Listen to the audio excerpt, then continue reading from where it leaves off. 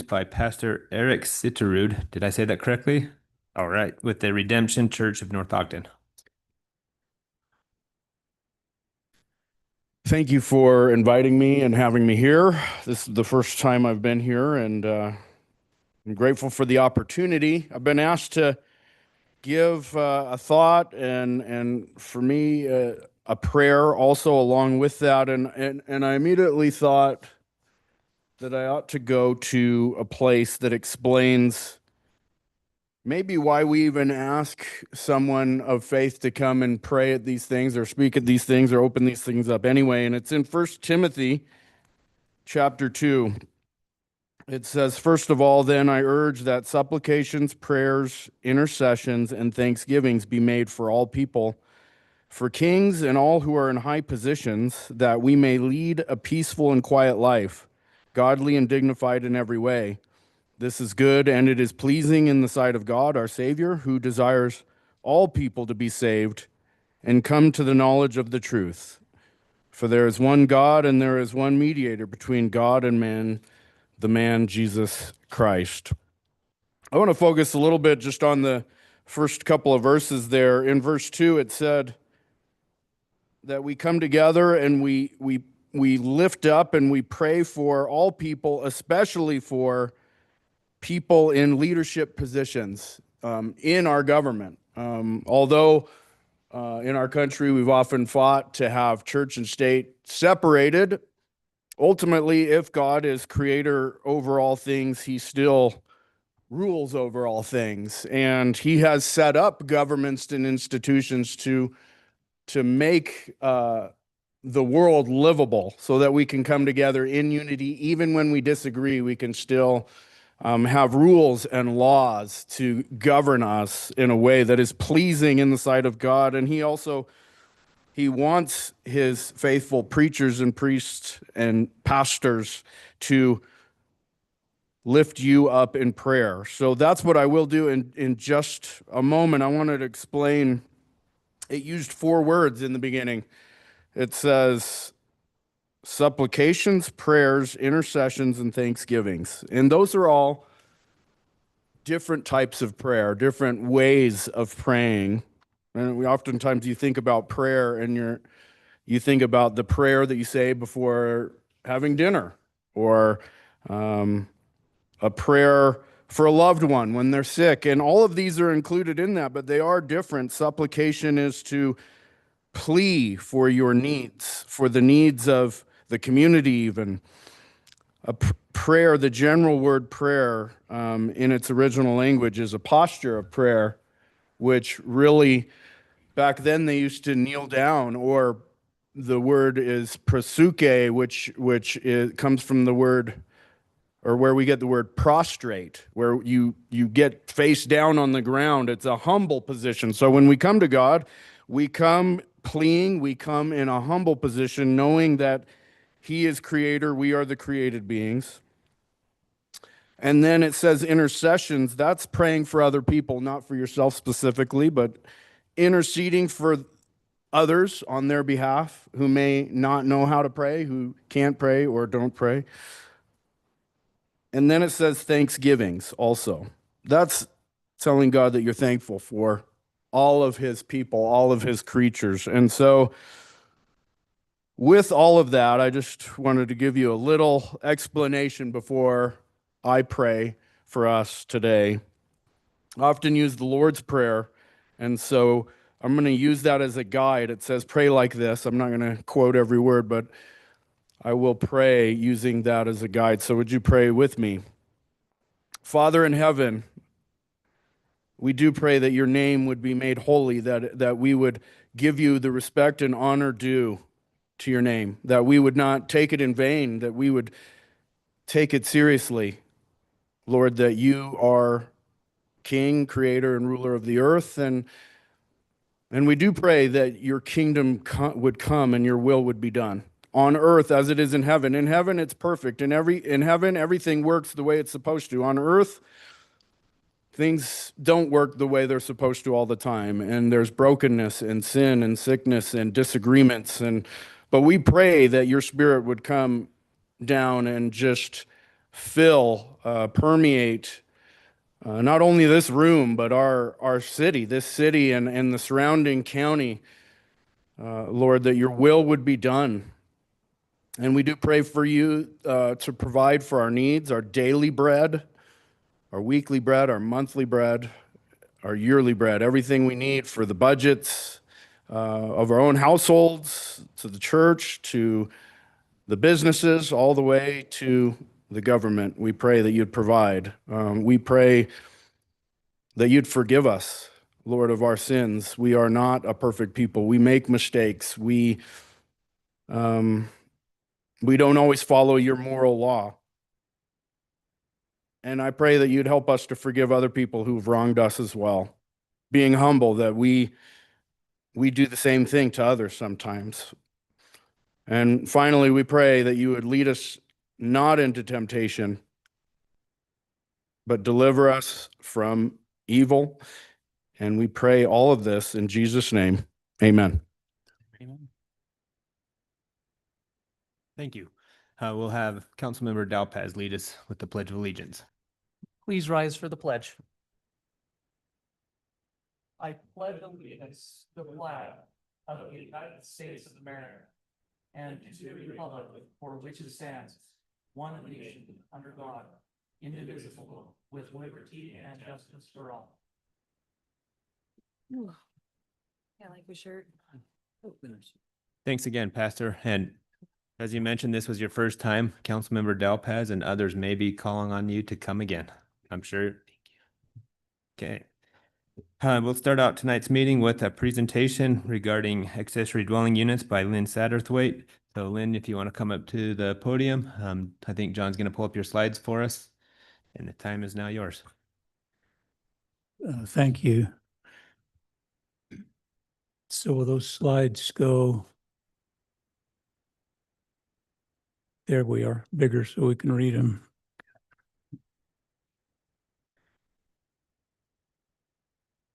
So I'll join in thanking the pastor for reminding us of a higher power.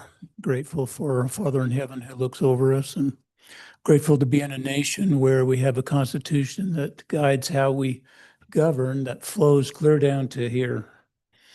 And because of some of my past experience, I think I can appreciate what you're doing maybe better than some. I do thank you for being willing to serve week after week, or maybe every other week at least. So, and this weekend's been big, for sure.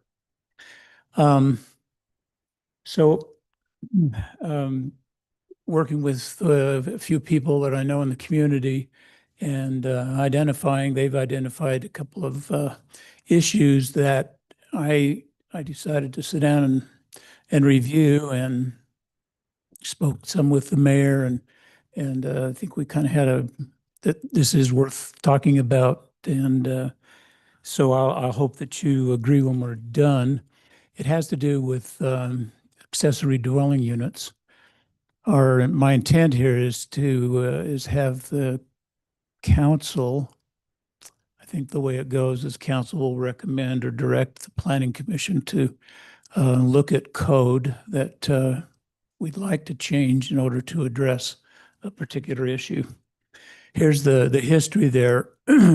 Accessory dwelling units years ago amounted to maybe a basement apartment. They had a separate entrance that allowed you to somebody else to live there.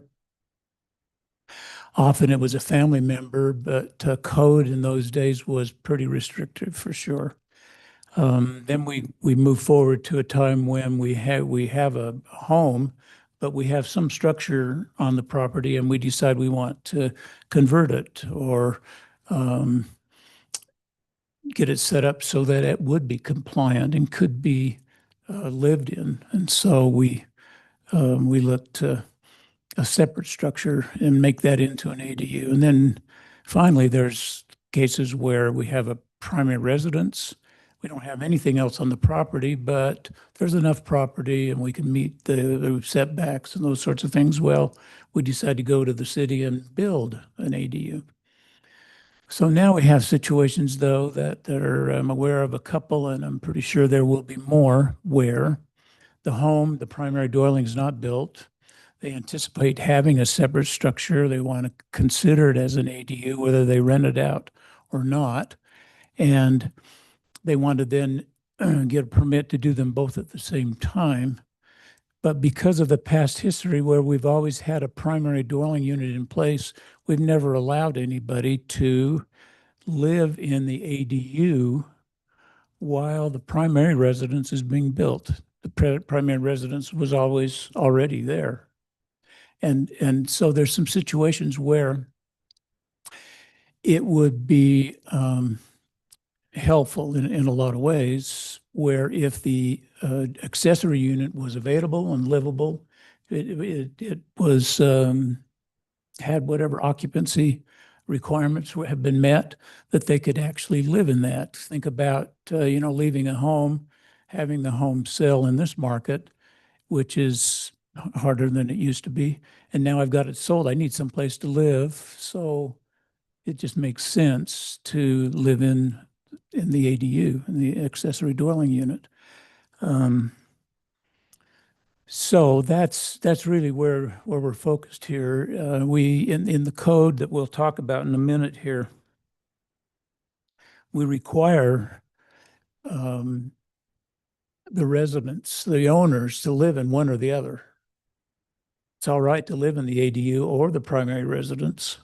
We don't really care. And so I thought, it stands to reason that we could actually live in the ADU first. So let's go to the second slide, Joan, if you would. Basically, before 2019, there was a lot of regulations. We didn't really encourage ADUs. It's kind of had our ups and downs, but with an ordinance that the council passed in 2019, we went from a lot of restrictions to a real deregulation situation where we actually would permit use of an ADU. It wasn't required as from a conditional use, which took a lot of city involvement and approvals, to a permitted use, which if they met the standards, then you could check it off and go. Third slide.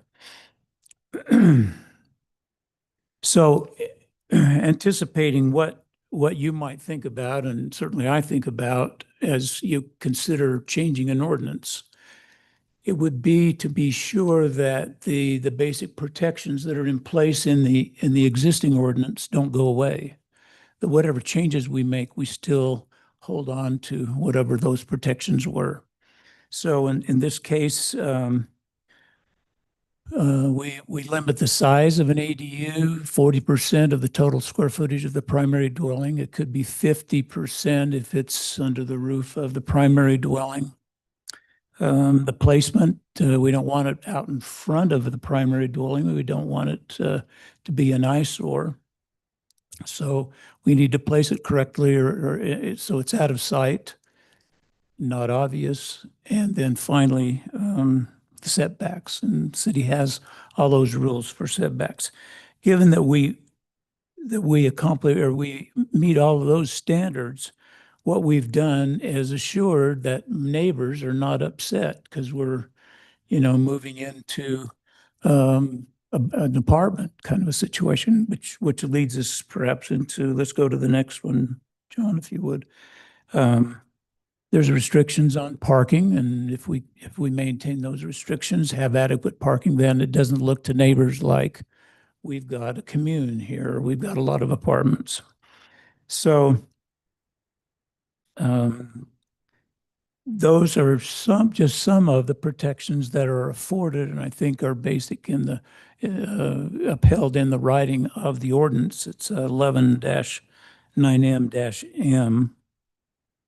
And so now to go on to the fifth slide, what do we need? And I think I've already kind of articulated this. Basically, we've been in a situation where our code has been written for the situations we've been in where there's always been a primary dwelling. Now there may not be a primary dwelling, and we'd want to do ADU and primary dwelling at the same time. And so we'd like an option to be able to approve both of them together and then to complete one or the other before and live in whichever one is available first in the kind of situation where you've just sold a home and would really like to live in one that occupancy has been approved. So that's really where what's needed. Now let's go to the next slide. I think the next 3 slides are changes that would need to be made. Turns out that in the ordinance, for some reason, it didn't include the hillside protection zones. And in other ordinances in the city, in fact, ordinance 2024-05 sets the standards for ADUs and other zoning, including the hillside protection zone, and it already discusses there having accessory dwellings. So I think this change is just to catch up with the rest of the city ordinances so that they're consistent. On to the next one. This would just require an exception to either occupy the ADU or the primary dwelling while the other one is completed. Basically, that's what we need. And then to the last one, just an exception. I just tried to write some words that would try to accomplish this goal, and it ended up in an exception that allows us to occupy the ADU before we occupy the primary dwelling. So with that, what do we really need is, as I started, what we need is the council to give the planning commission the direction to consider making these changes. Let them craft the words. I've given you some words. I think I've talked to Scott Hess, who I think is here. Yep. And I think he can probably do a better job than I've done. But in some way, we direct them to get the wording so that it works. It covers the situation where we've evolved into situations where people want to do both at the same time on a single building permit, and then be able to occupy one or the other, depending on whichever is done first. So, questions? I was gonna say, so John, if I can make sure I'm correct, so as a zone text amendment, an applicant can either pay money and request planning commission to look at it, or as a council, we can direct staff to look at it, right? Correct. Yes. So what Mr. Satterthwaite is asking is that we give the planning director and commission the authority to start looking at this. I appreciate your considering this. I know at least one of you had to give the okay to even get it on the agenda, so thanks for that. Can you give me a scenario for while you're pushing this, just a scenario? You may have, but would you mind creating this scenario? Somebody's building a house on a lot. Somebody's building a house on a lot. They have a separate structure in the back that meets all the requirements to be occupied as a dwelling. The work on the primary structure has taken much, much, much longer than they anticipated.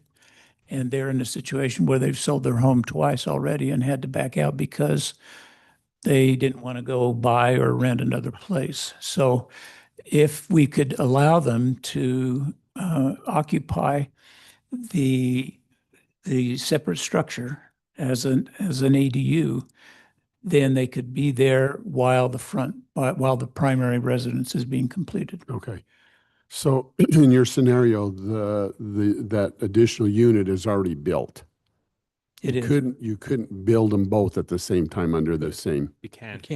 Yeah, you Oh, could build them under the okay. same building permit. That would be the intent. I'm trying to anticipate some situations.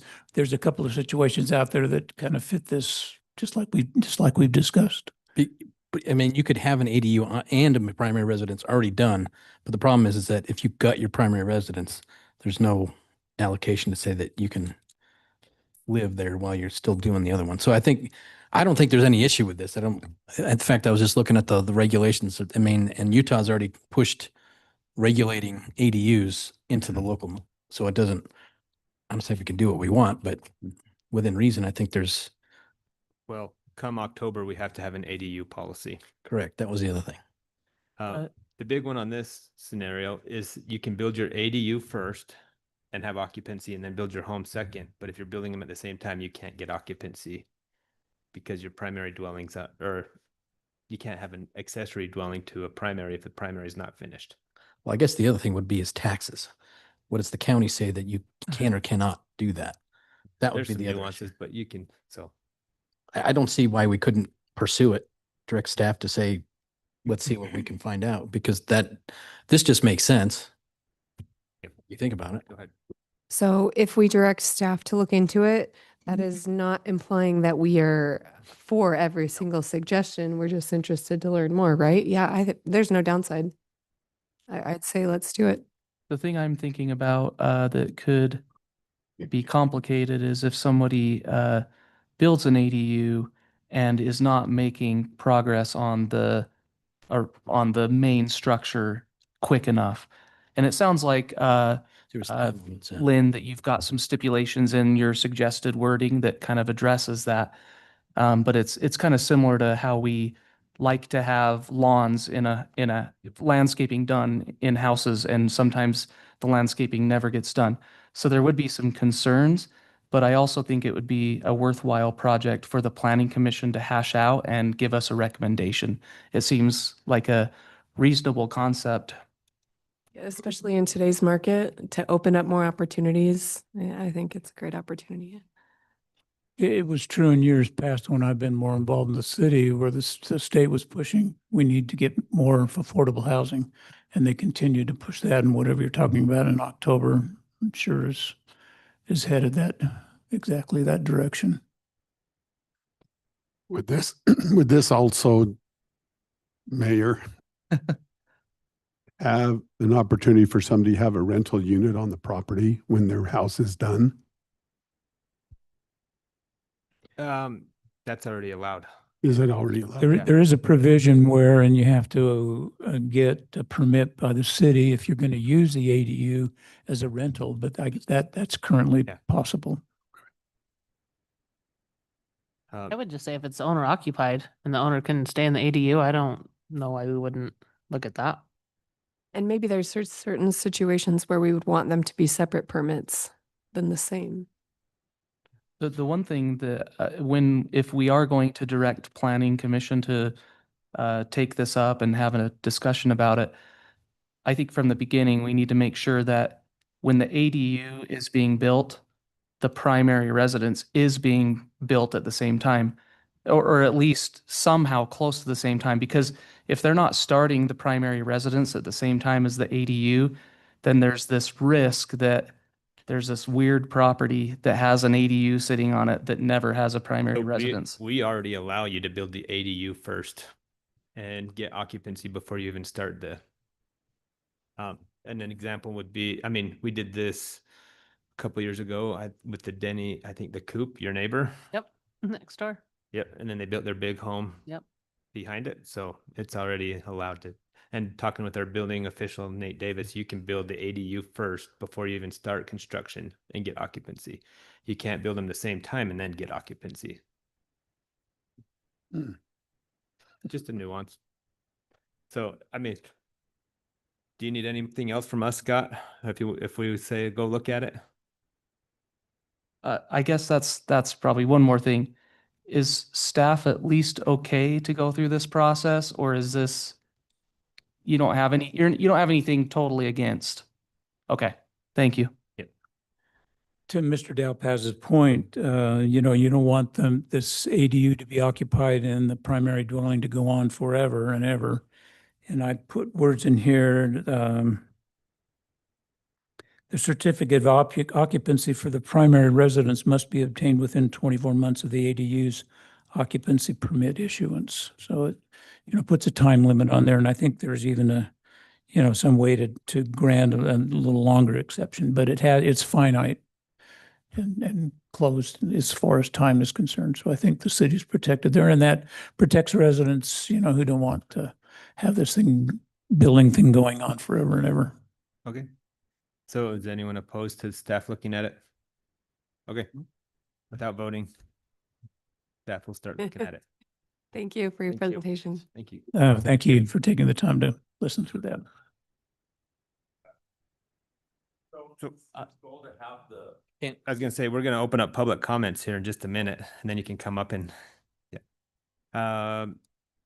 So moving on to the consent agenda, this is a conflict of interest disclosure. Does anyone have anything they'd like to disclose tonight? Okay, not seeing any. Moving on. Approval of the June 9th and June 16th meeting minutes. They've been distributed electronically so that we can review and provide edits before the meeting. Would anyone like to make a motion to approve these meeting minutes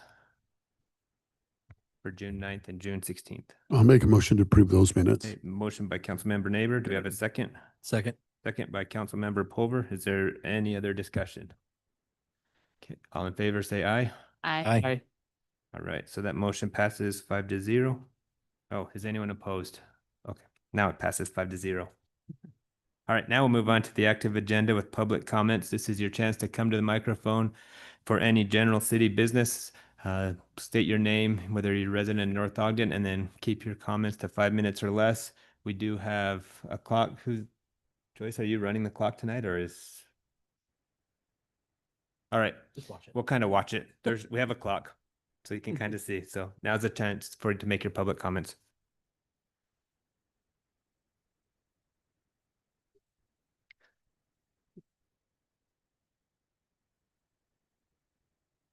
My name is RJ Morrison. I live on 450 East. My question in regards to, is the goal for this last presentation to have the ADU and the primary under one permit? Is that my understanding? Or would they still have separate permits for each? Because ultimately my question is, what happens if one of the units that they're being started under the same permit fails inspection? Do you hold off occupancy on one or the other? Or until the whole project is completed? That was my question. Yeah, we don't usually answer questions during public comments, but in this one, we'd follow the same building guidelines that we're doing now. I don't know if they're under the same permit or if we get a main permit with an accessory permit as well. It's usually two separate permits. Okay, thank you.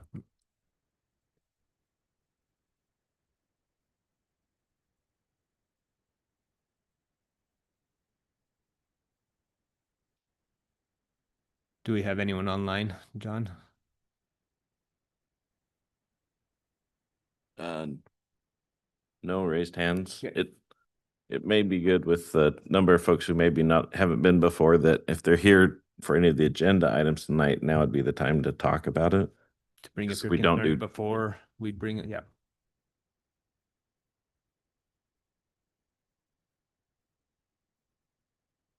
So my name is Kelly Carmichael. Use the Nope. microphone. There you go. My name is Kelly Carmichael, and I live at 460 East, 3000 North. So I literally got this letter yesterday, and it's talking about the use it was to the property owners within 300 feet of the city-owned property on 450 East, and it's this star. So I am coming here to ask what is going to be going on this property. We've heard commercial use. We've heard property is going to be parceled. So I was coming to see what's going on because I live right there on the corner at 460. That's what we're discussing tonight, but if you have opinions about it, we'd love to hear those. So I've heard a Maverick. So I've originally, if it was going to be, originally we thought the home, like as you go down the bend, was going to be torn down. That is still standing. So I've heard that that's going to stay and it was going to be sold. And then the homes that were torn down on the west side were now going to be parceled for personal properties. But now through, chitter chatter, we've heard commercial. So with it being a neighborhood, the people have said that there was going to be a Maverick on the corner. I think it needs to stay as a neighborhood, nothing commercial or, I bought the house 5 years ago as a retirement home. That house is already busy. It's being widened, so it's going to turn into a freeway. There's a lot of accidents on that freeway, and I think a gas station, if that's any commercial use, it would just bring unnecessary, I don't know, crime to the neighborhood. We're very quiet up there. So that's why I'm here, because this literally came yesterday. And I just wanted to see what is the thought and what's coming up here on 450. That's why. Thank you. Thank you.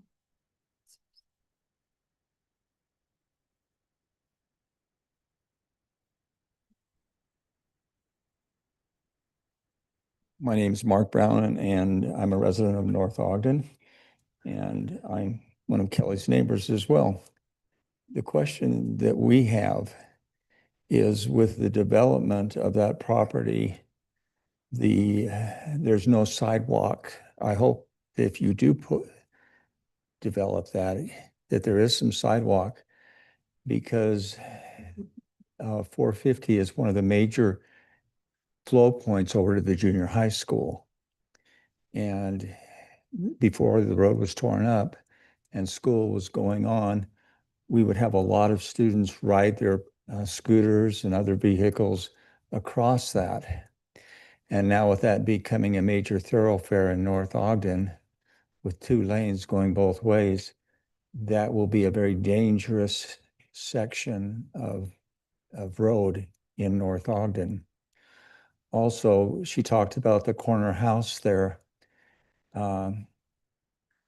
Someone has made mention to us that they're going to cut off the driveway, and whoever owns that house is going to be in some serious trouble trying to back out of that property to get onto that road. It is a very dangerous road, especially anyone that's traveled during the winter time coming up 450 to 3100. Usually we have a lot of slide off and things like that into the property on the east side, with people coming up and people coming down the hill. So if there was any commercial development in that area, you're looking at probably a greater flow of traffic and more danger to the children in that area that travel to and from the junior high school. And with that, I thank you. And just to note, thank you for a wonderful Cherry Days and for a great parade and an even better fireworks. Thank you, Mark. Thank you.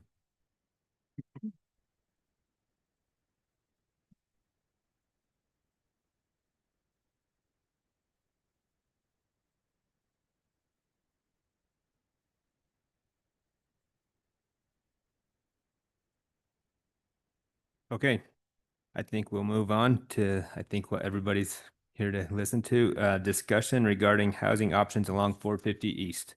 This is going to be discussion only. We're not taking any votes tonight. So our presenter is going to be John Call, our city manager and attorney.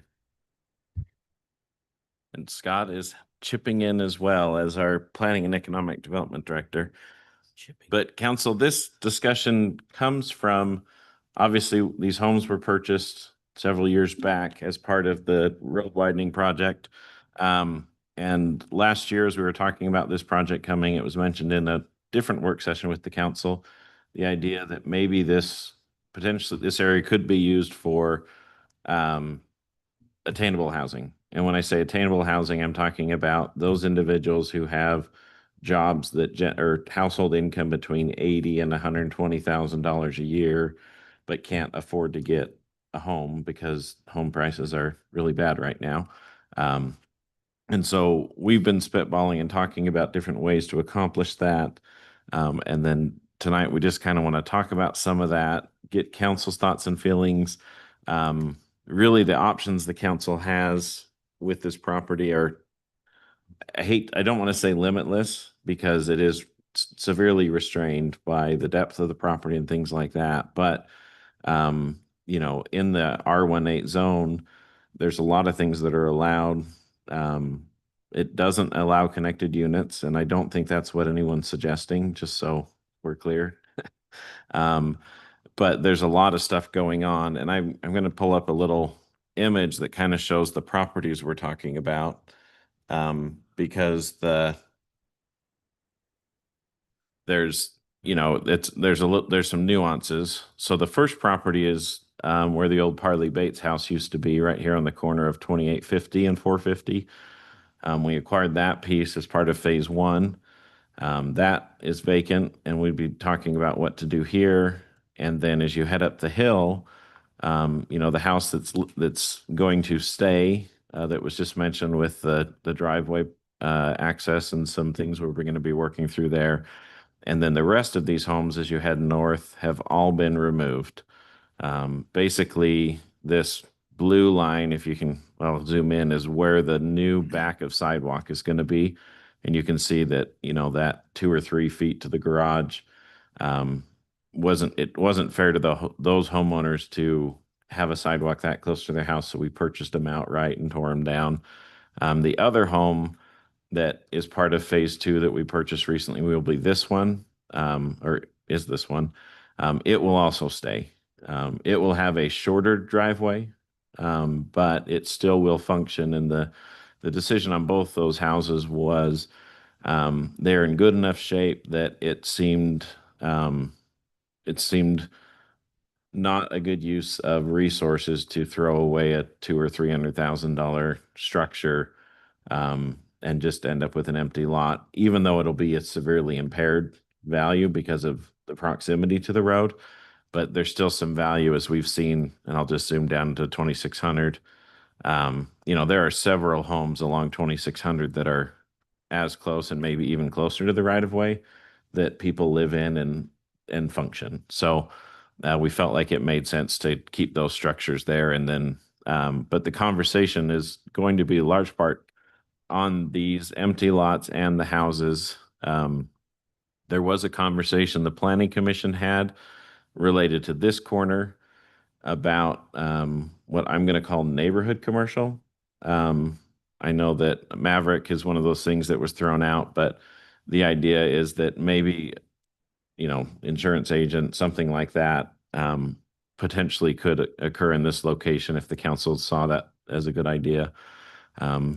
But we really wanted to focus the discussion on these homes, and in particular, there's kind of 3 options. One option is that the council could just move the property lines so that all the lots are in compliance with the R18 zone and sell them on the market for whatever we can get.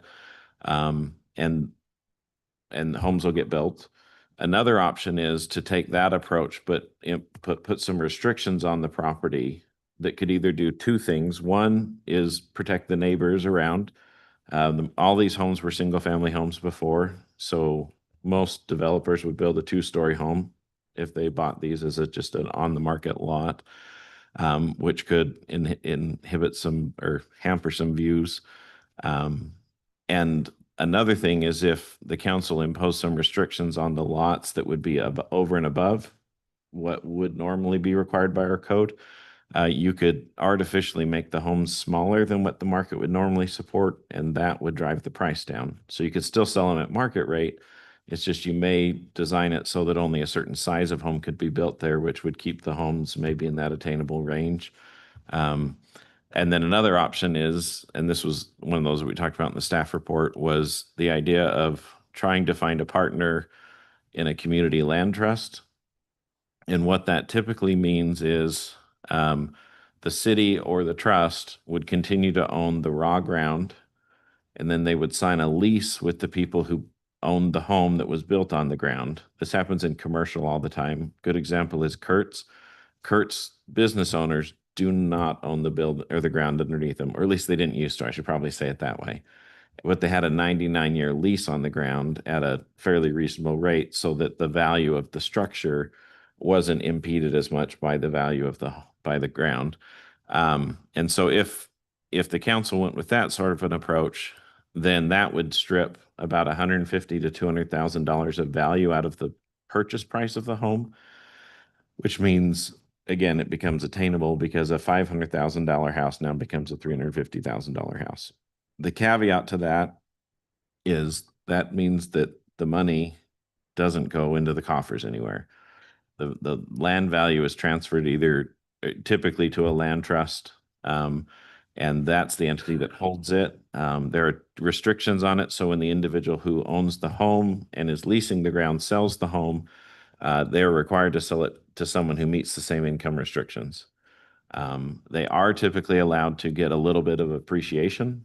So, 1.5% or 2% a year of growth in the value of their home they can capture as they try and spin it into a new home. But it is a complicated thing. There are several organizations in Utah that are doing this in Salt Lake and Utah counties, but not a lot of properties, meaning there's probably less than 200 properties in the state that are using that sort of a model. So we would be kind of at the forefront of it. And if we wanted to go down that path, we do have some obligation with the revenue from this ground to share it back with WACOG and the transportation funds. And so there'd be some conversations that need to be had with them about whether or not this was an allowable use of the money, and whether or not basically the county would get behind this as a program, in theory, countywide. In the staff report, we mentioned that, these homes could be deed restricted to only be sold to first responders, municipal employees, teachers, things like that, kind of those critical positions that every organization or every community needs, or it could just be straight income restricted. So those are kind of we're just trying to kind of stir your minds and get some thoughts. I don't know, Scott, what have I forgotten in this lead into it? I really think that's everything. And this represents an opportunity that isn't immediate. It's not an emergency. The city's owned many of these properties for over 10 years. So it isn't something that we need the financial resources back today. WACOG isn't asking for the money back immediately. The cost of the land is part of our match amount, but then also the city reserved those rent money that we had taken in an account. So that's kind of sitting there as a match as well. So financially, the city's in a good position to call this surplus if WACOG's willing to work with us. And while there's nothing there, it's clean slate essentially at this point. We just wanted to get the council's opinion on what should go there. If we should try to utilize this as city directed, attainable or moderate income housing, and what the next steps would look like.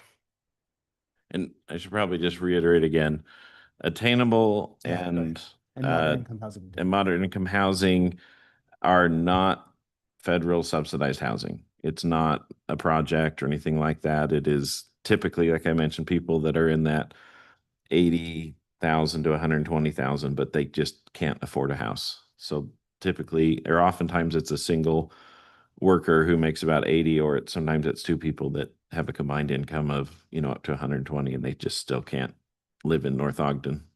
So.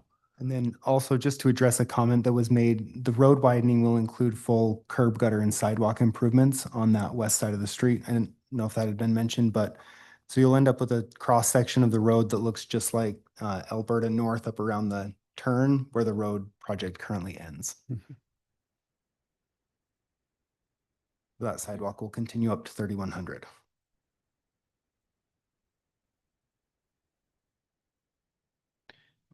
So one question I have before we get started. WACOG helped purchase these lots. Mm-hmm. So if we were to sell them, what percentage do we actually get to keep as a city, or how much, or is there really a financial benefit for the city to sell them compared to keep it and do these attainable? The current agreement is all proceeds from these properties, the rent, the sale, everything, are put towards the project first. So it goes to pay costs, and then the additional funds go back to WACOG for future projects. So that's why if there was any sort of anything that would impact market rate, we should be looping them in to make sure that the county, that the WACOG, which is the Association of Mayors, it's the Association of the Cities, but the mayors are the ones that are there, and the commissioners are okay with the idea, because they have stated that attainable housing is one of their primary goals in both WACOG and the commission for the next 10 years or however long it takes to make things work. So.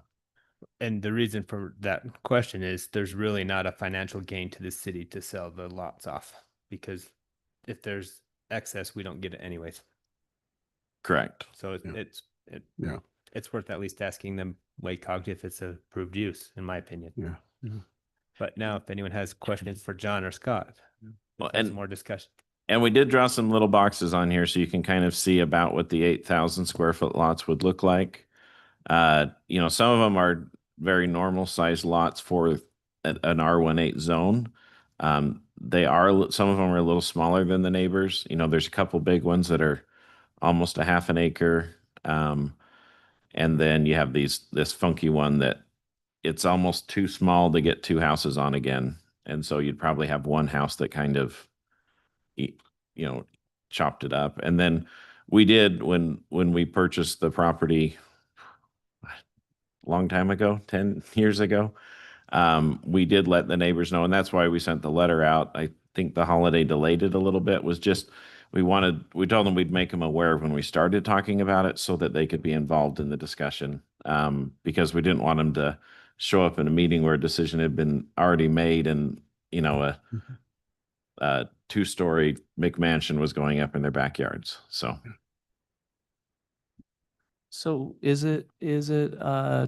so all of these lots can fit a home as they are right now, even though they'd be pushed back and they'd be set in different ways. Every single house that was demolished essentially can have another one put up, or are there any exceptions to that? we would essentially replace the same number of houses. The one caveat is, or the reason is that this one house right here was on a really wide lot. And so the house that gets demolished here, so between these three houses, you still have three lots. Okay. But it's a little bit of line shifting to make that happen. Gotcha. Yeah, go ahead. So just a process check, because I'm still kind of the new guy here. So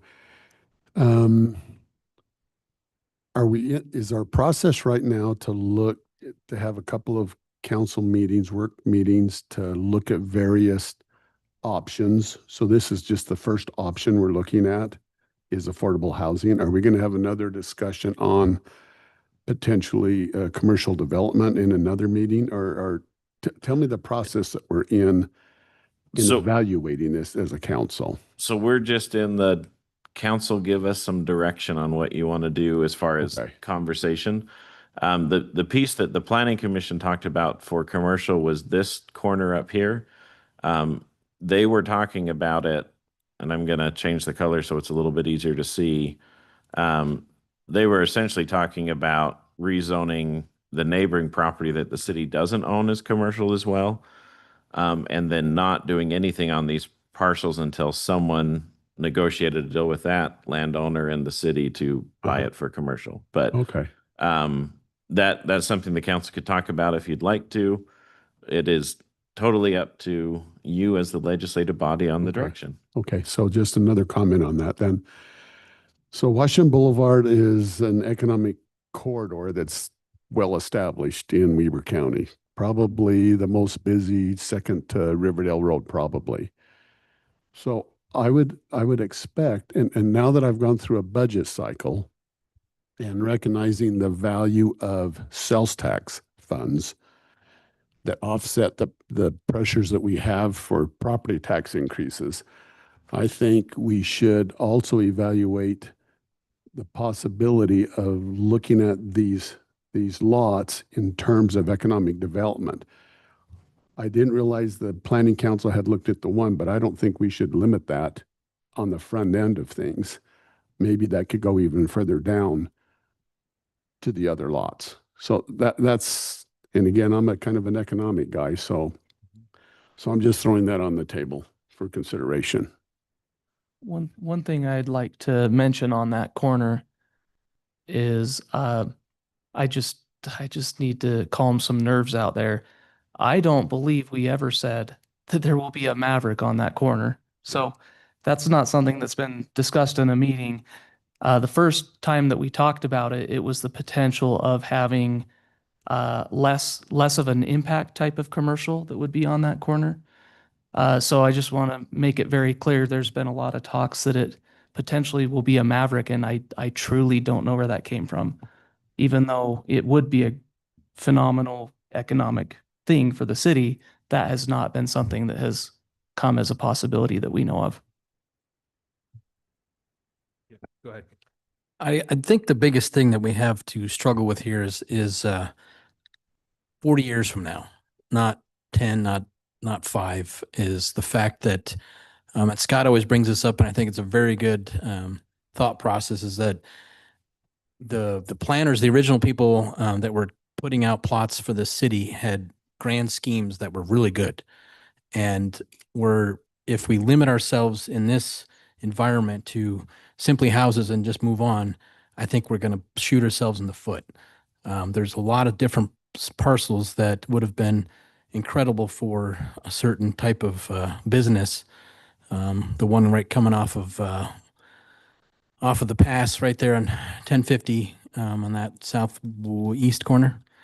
I think that was opportunity missed. I think around Bates was an opportunity missed a long time ago. But so I don't want to limit ourselves. I think this is very important. I know people are talking about houses, and the reason why council even debates doing any type of commercial is that commercial is taxed at 100% property tax wise. And so that's why we always think, because that takes away, that pushes the burden off of the citizen and pushes it onto business. And I think we need to start looking at that because we are way out of whack.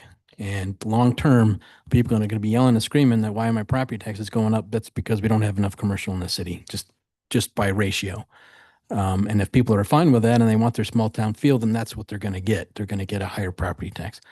So I think, while, to be honest, I don't know, my wife said Maverick, so I don't know if who she was talking to, and maybe got through the 16 different people, and anyway, but she was the one. I don't know. So wasn't me, anyway. So that's how that works. Sister talks to whoever, and the second cousin's third, twice removed, somebody said Maverick. It's my wife. Anyway. So, and I know it's just, it's just down the street, but if you think about it, that's a major thoroughfare. I mean, Maverick's not going to go there. Let's be honest, but it's something that needs to be discussed. Like you said, something small, but you need to be thoughtful on what it is. And I think that's the key thing. In fact, if you start looking at the houses that are going up Washington Boulevard all the way up to the Baptist church there, I think it starts petering out, but all the way up, it's a business on the side of the road. So if nothing else, we should think about commercial all the way up. But at the same time, we need to, if there's pockets of ways that we can do to help people that need a house, especially, first responders, all the people that we need, we need to look at that as well. But some of the weird shaped things, and I think we did mention to the neighbors that abutted that I still think we should provide, that they can buy a little bit, or we should have something to buffer that. I think that's just something the city should think about for sure. And if that screws up your boxes, I don't know. But I know neighbors would appreciate, I think, at least a buffer, if not a real one or one they can buy. I think that's something that should be on the table as well. So the buffers are, something on the table as well. So, I mean, there's no bad idea. This is a yes session tonight, right? And so you can see it, the straighter the line is, the more in line it is with commercial. So there is some potential here. For example, they are very shallow lots. I mean, 100 feet is not a lot of depth. It is basically our standard depth for most of our subdivisions now, though, is a very wide and shallow house. Yeah. So to me, I think you would do some fishing to see if there's anybody even commercial wise, pocket commercial, neighborhood commercial, whatever we're calling it, that would even be applicable. And I know is it Lawyer that just did the one above was a fabric store. I don't know what it is now, but It's going to be a salon. This one right here. okay. Yeah. I mean, that was a perfect example of what you want, something that looks like a house, but yeah, now it's a business, and it's got at least 2 tenants. So Yeah. something like that. Yeah. Along your discussion, Councilman Pulver, one thing to consider is if they were converted to lots that were intended for commercial businesses that don't have a lot of impact, you think about an insurance agent, a dentist, things like that. There's actually an advantage to that type of property because they're only open 8 to 4 every day. So you're not going to be bothered late at night by loud noises and such. So if we, if we craft it right and we try to get the right tenants in there, then it helps mitigate that. And even though some of those might not have the sales tax generation, we're creating a situation where the property taxes, to your point, is higher. Yeah, go ahead. I'm curious to know more about, I don't know if it's the community land trust or if there's more than one option, but I'm curious if the city were to keep ownership of all of those properties and just lease maybe, then is there an opportunity in 40 years for us to do something else with that if we already own all of that section, right? You could have the potential, you'd have to give yourself the right to buy the house back every time it comes for sale. Because in theory, you've separated the property into two pieces, that the structure is owned by someone else and then the ground is owned by the land trust. So you'd need basically it's like a first right of refusal. Every time it sells, the land trust has the option to buy the structure. And, right. So I guess, would there be a sixth option, or I guess tonight we've been talking about three options, would there be a fourth option where the city owns the entire piece and we don't do the community land trust and we just lease the homes, or is that not even? You could.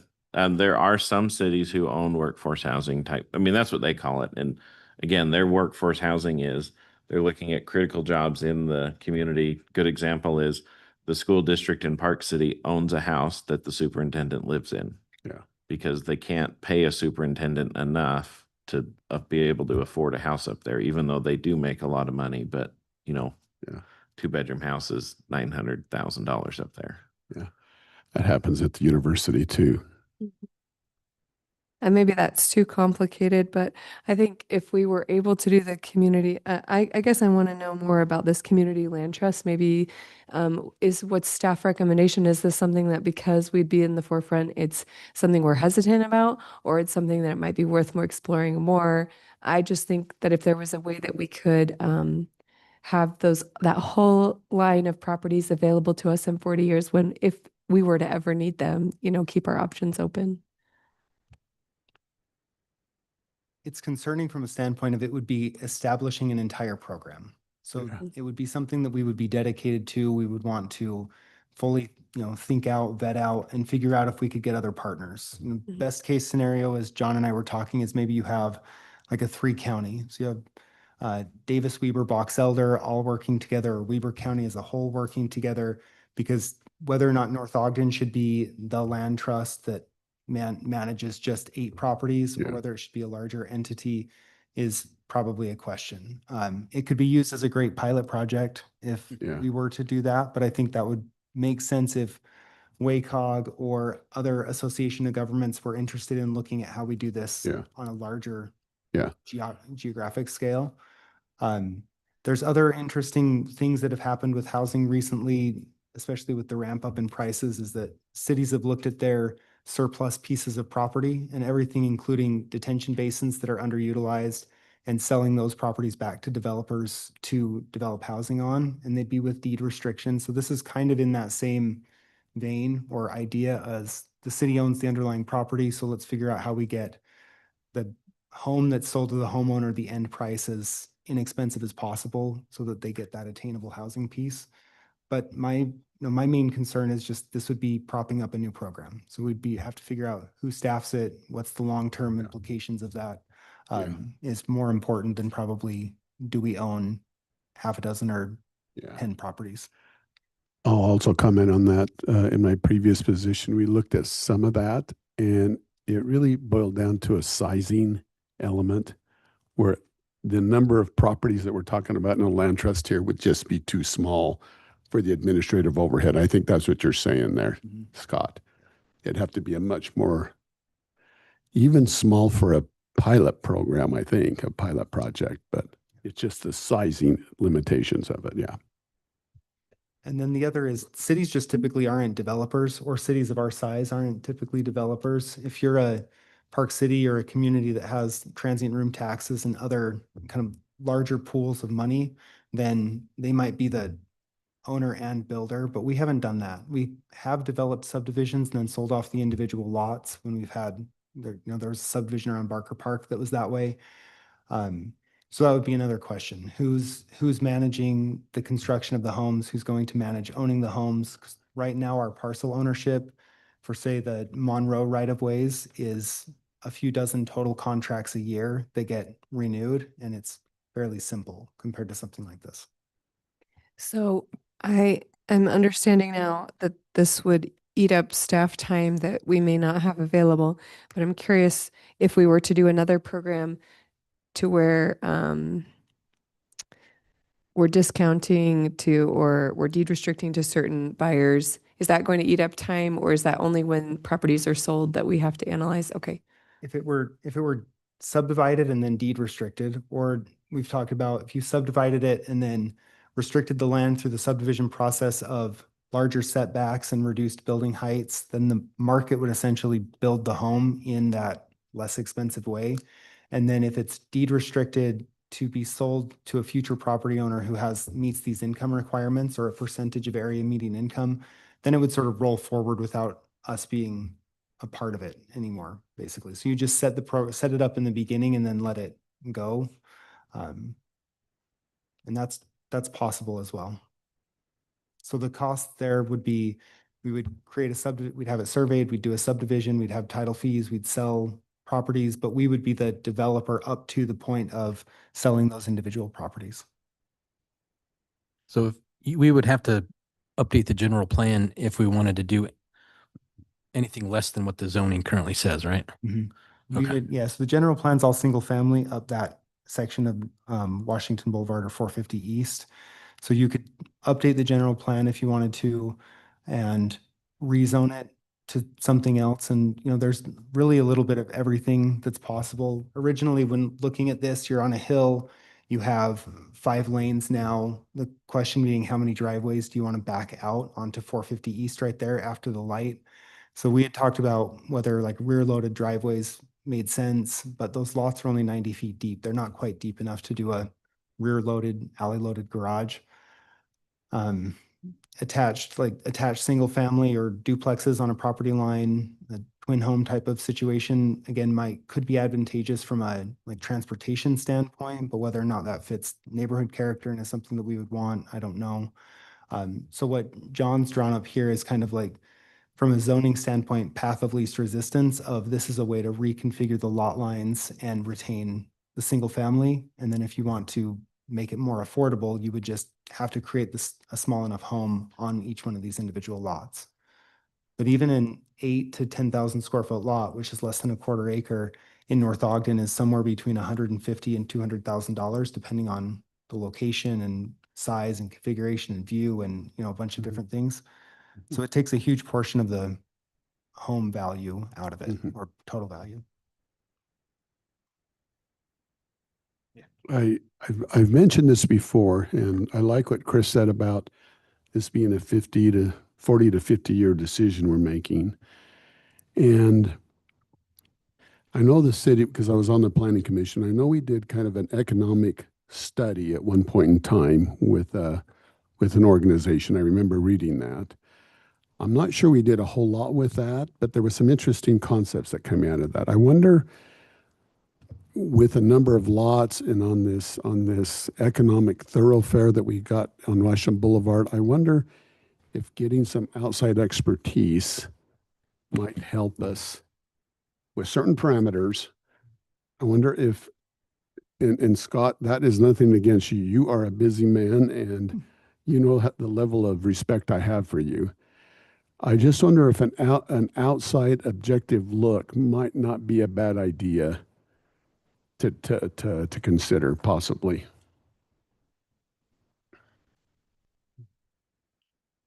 I didn't build that into my budget this year, so I know I'll that. figure out where. I know that. And a consulting, just so you know, and this is a few years ago, but we did a retail leakage analysis, and that was down on the Southtown Center. And just that portion of it alone, they're about $25,000 to $30,000 to have a public finance company come in and review what could go here, what's the traffic count look like, what's missing in this general area. but that's certainly something that we could look at, and where we pull those funds from. I don't know if that's like Yeah. a transportation related analysis or. Yeah. Well, and I'll just make a comment. I mean, we might not be, I mean, that sounds like a lot of money, but it might not really be that much money when you're talking a 40-year, 50-year decision. So, but I understand the limitations on your budget. We'd have to twist John's arm if we wanted to do that. I think no matter what we decide, something I'd like to consider is I'm thinking about if I'm a neighbor and I've had these structures behind my house for years and years and years.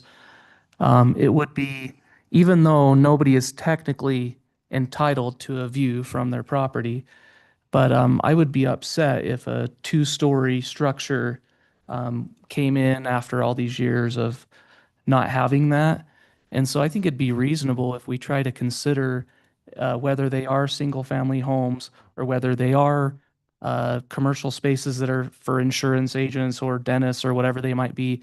I think it'd be very reasonable to consider a restriction to, a single floor. That way it could relieve some of the angst that there probably is with some of the people that live along there. So I would like that to be a definite component of the conversation, whatever we do. So what are we going to do about the one that's down by Alberta there? That's kind of I mean, it's a weird shape. It's 0.43 acres, but still it's kind of a weird one. And I guess that would be I guess you could put a small house on it, or maybe 2, depending on what the sizes are. Is that what you're thinking as well, or what? It would be a very funky sized Yeah. house. It's technically big enough for 2 lots in the zone, but it would be the house would have to fit the property. It would be a custom home to fit the property. Yeah, and that's going to Could increase a cost. commercial entity possibly fit that better? Possibly. It's hard because the parking lot setback rules Yeah. make it hard, so you'd lose a lot of stalls to landscaping. But we do have a lot of commercial pieces that are on weird shaped, pieces. This is a kind of a funky corner, and this is only a quarter of an Yeah. acre.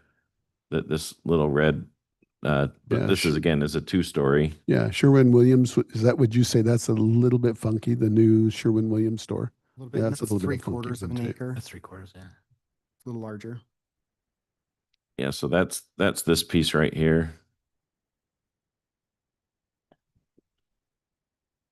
But yeah, so there's a lot of nuances that we need to look at for any of the options other than the easiest, which is establish new lot lines and sell them on the open market.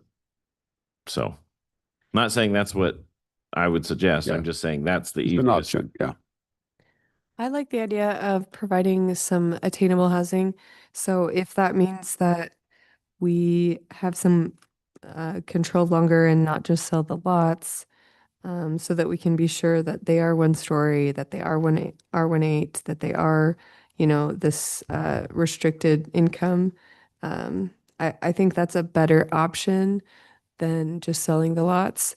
I still keep going back to, are we going to regret having an opportunity for all of those together later? I mean, maybe at least that one in Alberta we keep in our back pocket for some kind of commercial opportunity because it's closer down. But I mean, this is a major thoroughfare, and this is great opportunities here. So if I can't remember what the 3 options were, but I think having that control to where we can have the deed restriction is better than just selling the lots. And I don't remember the 3rd option. Yeah, I agree. I don't Yeah. I don't think anybody's saying sell the lots. I Yeah. think we want control of it for as long as we possibly Yeah, can yeah. and Yeah. restrict what we can so that we can get smaller houses in those areas. Well, and I think Hang on. also up on that corner where we're talking about the commercial, the Maverick rumor, again, I don't know where that came from, but My wife, remember we talked about yeah, your wife. You had to get it But- somewhere. Maybe. But if phone we have to, number. like Like a strip mall with little bakeries or something that either generates the sales tax, but had some kind of, we don't want the big parking lot lights and that are on all night and right there. That needs to be it. But we can be hold on commercial. to that too. Yeah. And that's what we Hold can on to say it, is that but- that's going to be the commercial and Put then we that at can ease figure for out the the rest of it. But current there's nothing that says people. we have to initial or slam something into it that doesn't make sense. Right. Like what you're saying there, though. Yeah, it needs to be, I think we need to restrict that. I Trying to think be what John's, flexible, but- the long term is that we put that in the general plan, this is going to be commercial. And if we get neighborhood, Yeah, yeah. it's commercial neighborhood, that's the same thing. Anyway, but so, and once, if that house is attainable in the future, that makes it a square that you can put something in there. You know, that idea that you just shared, I know in the planning commission, we talked a lot about vesting. And that vesting concept sounded very interesting. And I'll try to explain it. Scott, you're going to do a better job. But where the city identifies property and vests it, so when that property turns over, for example, if it's vested as a commercial in the future, when that property turns over, then investors will know the intent of the cities to what they're going to do with that property if it turns over. Are we talking vesting on your idea there? Are we talking, is that a concept that applies to that? It would, it depends. I mean, if we're the owner, then we're not affected by the property tax increase by the change in use on the underlying property. So we would essentially be establishing, like, enriching a piece of property with a commercial zone. So every piece of zoning or every zoning that you do is kind of picking winners and losers in effect. Like, commercial properties are worth more money, small lot, single family, all the way down the line to really restricted uses. So if we own it, we could set the zoning now, then there's no question. Or you could do the general plan, and the vesting of a general plan just says, we are going to follow this absolutely as closely as possible, and you set some time frame for 10 years. We're not going to make any changes to the general plan. And of course, those are legislative items that somebody could come in and apply for, but they would have to make a really compelling case as to why they would change a vested general plan. And right now, our general plan is pretty, there's a lot of interpretation that can happen. So there's single family zones. And if you read the low, medium, and high density in our general plan, almost all of our zoning districts can fall into everything, even low density. So it makes it difficult to say what should large lot single family be, what should be small lot single family or multifamily or even commercial in some areas. So vesting the general plan is an intriguing idea, as long as you set like a certain time frame on it. Because had we vested the 1960 general plan that the city created, Bates Elementary would be commercial and 3550 in Washington would be commercial. All of the Monroe corridor would have commercial, like String of Pearls, commercial pockets along it. So I guess it depends on what time frame you decide is the best general plan that you then vest for some amount of years moving forward. Have we used that vesting option in your tenure at all? No. No, and I don't think I mean, Utah really doesn't have any vested general plans that I know of. A general plan is required by state code for a city to have zoning, but cities aren't obligated to follow their general plan. So it's like a non-obligatory document, but it's required so that we can have the rights to zone. As far as timeline, how long can we hold on to the property without making a decision? Is it a year, 2 years, 3 years? I'm sure that we want to get this whole project, like off the books eventually. But how pushed are we from staff's perspective to get anything done within? Just give us an idea on time frame. I would imagine that WACOG would want us to have the property fully disposed of within 2 years of the end of the project. They'd love it sooner, I imagine, just because then they don't have to track it. But in that time frame, the city would have a maintenance obligation to keep the weeds down. And that would be one of the things that we would just need to plan for is, have one of the public works departments or parks departments be in charge of keeping the weeds down. I feel like part of the problem with all of these properties is we don't know what we don't know. And and is there a way to put feelers out? Like you put an ad online that says these properties are potentially available, come with your ideas? Or like if you're looking at this strip on Washington, you see those two properties that are reasonably sized together, that could be potentially commercial for a dentist or some sort of insurance agent or something. Can we kind of put feelers out in that way? Same thing on the corner? Because I feel like part of our problem now is we don't have anyone knocking on our door saying, we want to do this thing. And so I kind of feel like it'd be interesting to just advertise it out to the world that we're interested in taking offers on these properties and come with your ideas. A request for proposal? Have That's we kinda what I'm done that saying. before? Yeah. Yeah, yeah. So one thought I have, and I've been waiting to give this. This comes from my background working public safety in North Ogden. So I work with the fire service.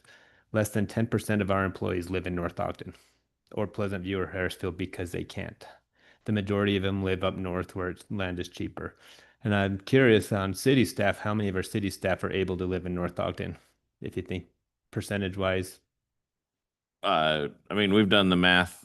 It's about 8% of the Yeah. employees can live in this. So can most afford of our to. employees are not able to live in North Ogden.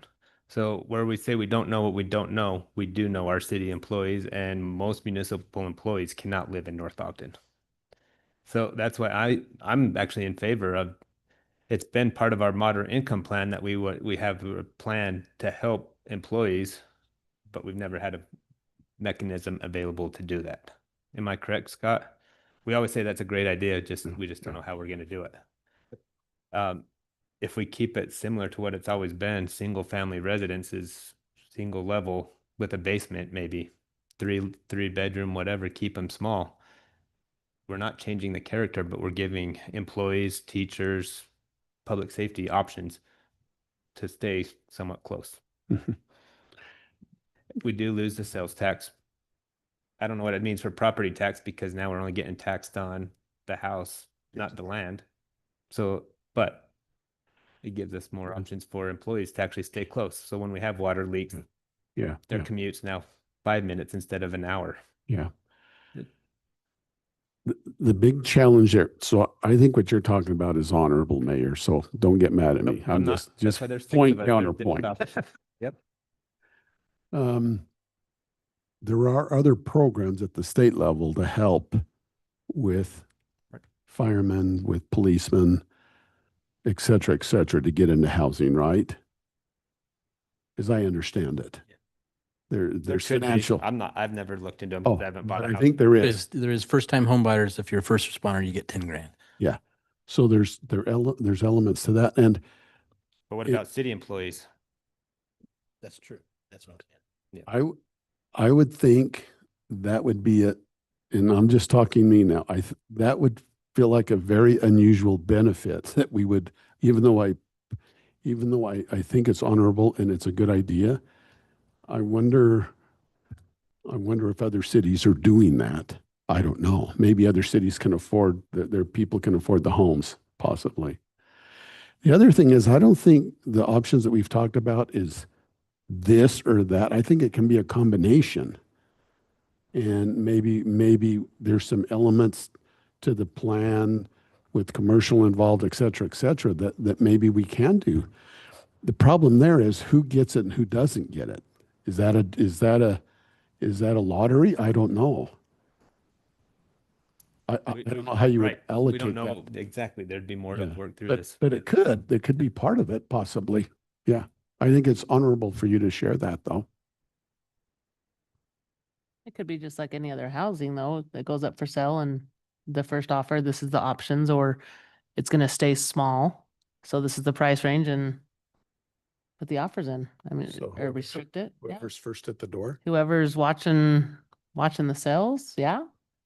Is there a way, so are we talking a way to actually restrict the purchase of a home to a city employee only? Is that kind of what we're saying? Or are we saying that it is open to first responders, as in firefighters and police from wherever, or municipal employees from wherever. That's what I'm kind of, and does that get us into any like muddy water if we only offer the purchase to like a North Ogden City employee? I mean, this is all just conceptually as I've thought about this concept is to do that program, you're going to need WACOG's buy-in, the Weber Area Coalition of Governments, which means you would probably need the program to work for any employee in the Weber County area. And I think you should include school teachers as well.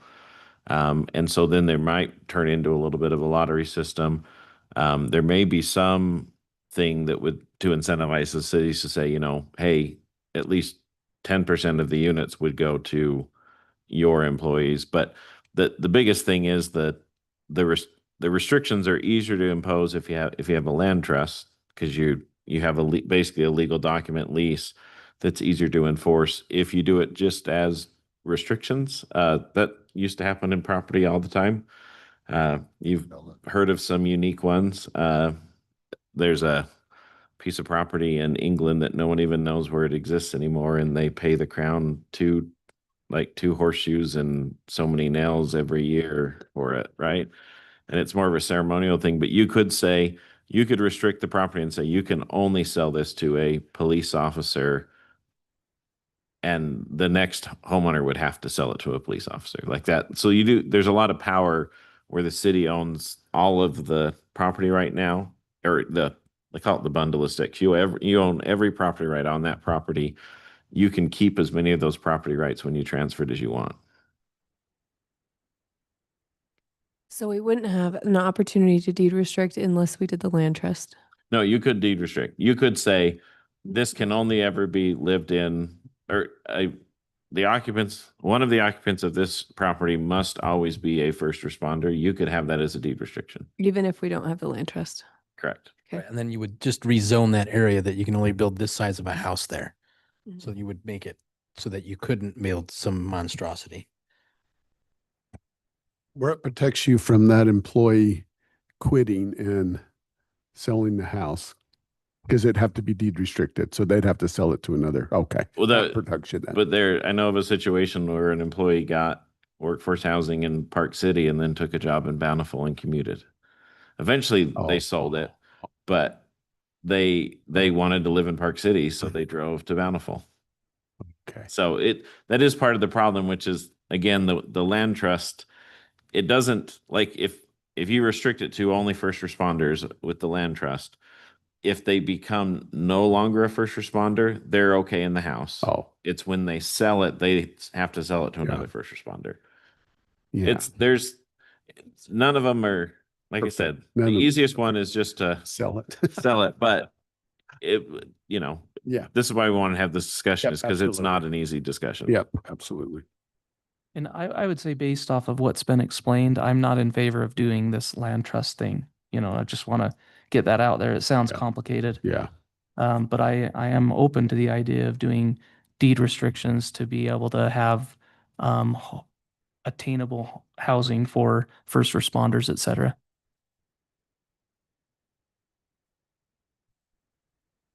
Okay, any other discussion on this tonight? Any staff, do you need anything else from council or any other? I think we can explore deed restrictions and not just necessarily, owner occupancy type requirements, but physical restrictions. Maybe the setbacks are bigger, so the house can't become a massive house. What about the economic development piece that we talked about? So the next meeting, Scott will be prepared with that also then, some element. And JD mentioned the idea of a RF project for proposal. Yeah, there we go. To maybe taking a look at that as well. Yeah, thank you. You're retired. You don't have to think of these things anymore. Okay, anyone have anything else to add before we move on?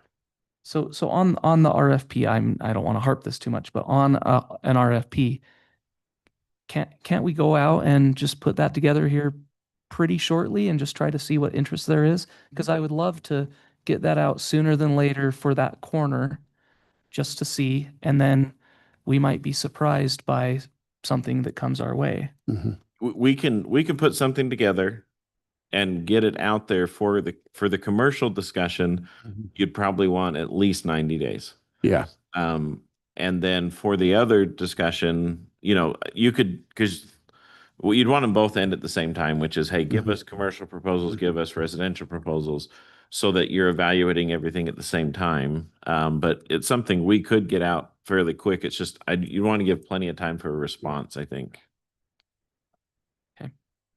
So all the facility hookups have been installed, right, Dave?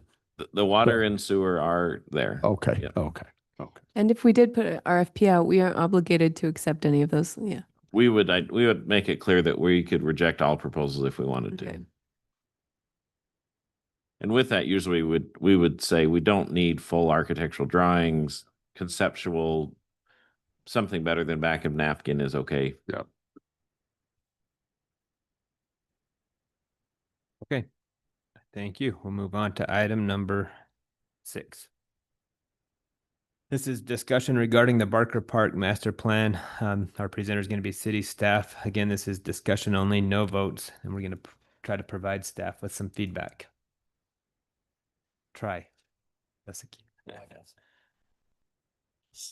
So Tim and Kimley Horn are going to take the lead on this discussion, but this is just an update on we've got some, what we think is, I hate to say it, the final design, because we didn't design the playground or exactly what the bathrooms are going to look like, but think of this as 98% Okay. there. Okay.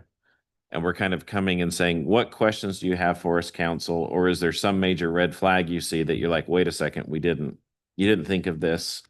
This is significantly based upon feedback from the charrette that we held, and things like that, but we will turn it over to the engineers. All right. Hi, my name is Marissa Pellegrini. I'm with Kimley Horn. I'm a landscape architect, and obviously I'm here with Tim talking through the Barker Park master plan update. So we'll start here. We've evaluated, like John had mentioned, we had evaluated different concepts based on the outreach that we received and the input that we received from the community.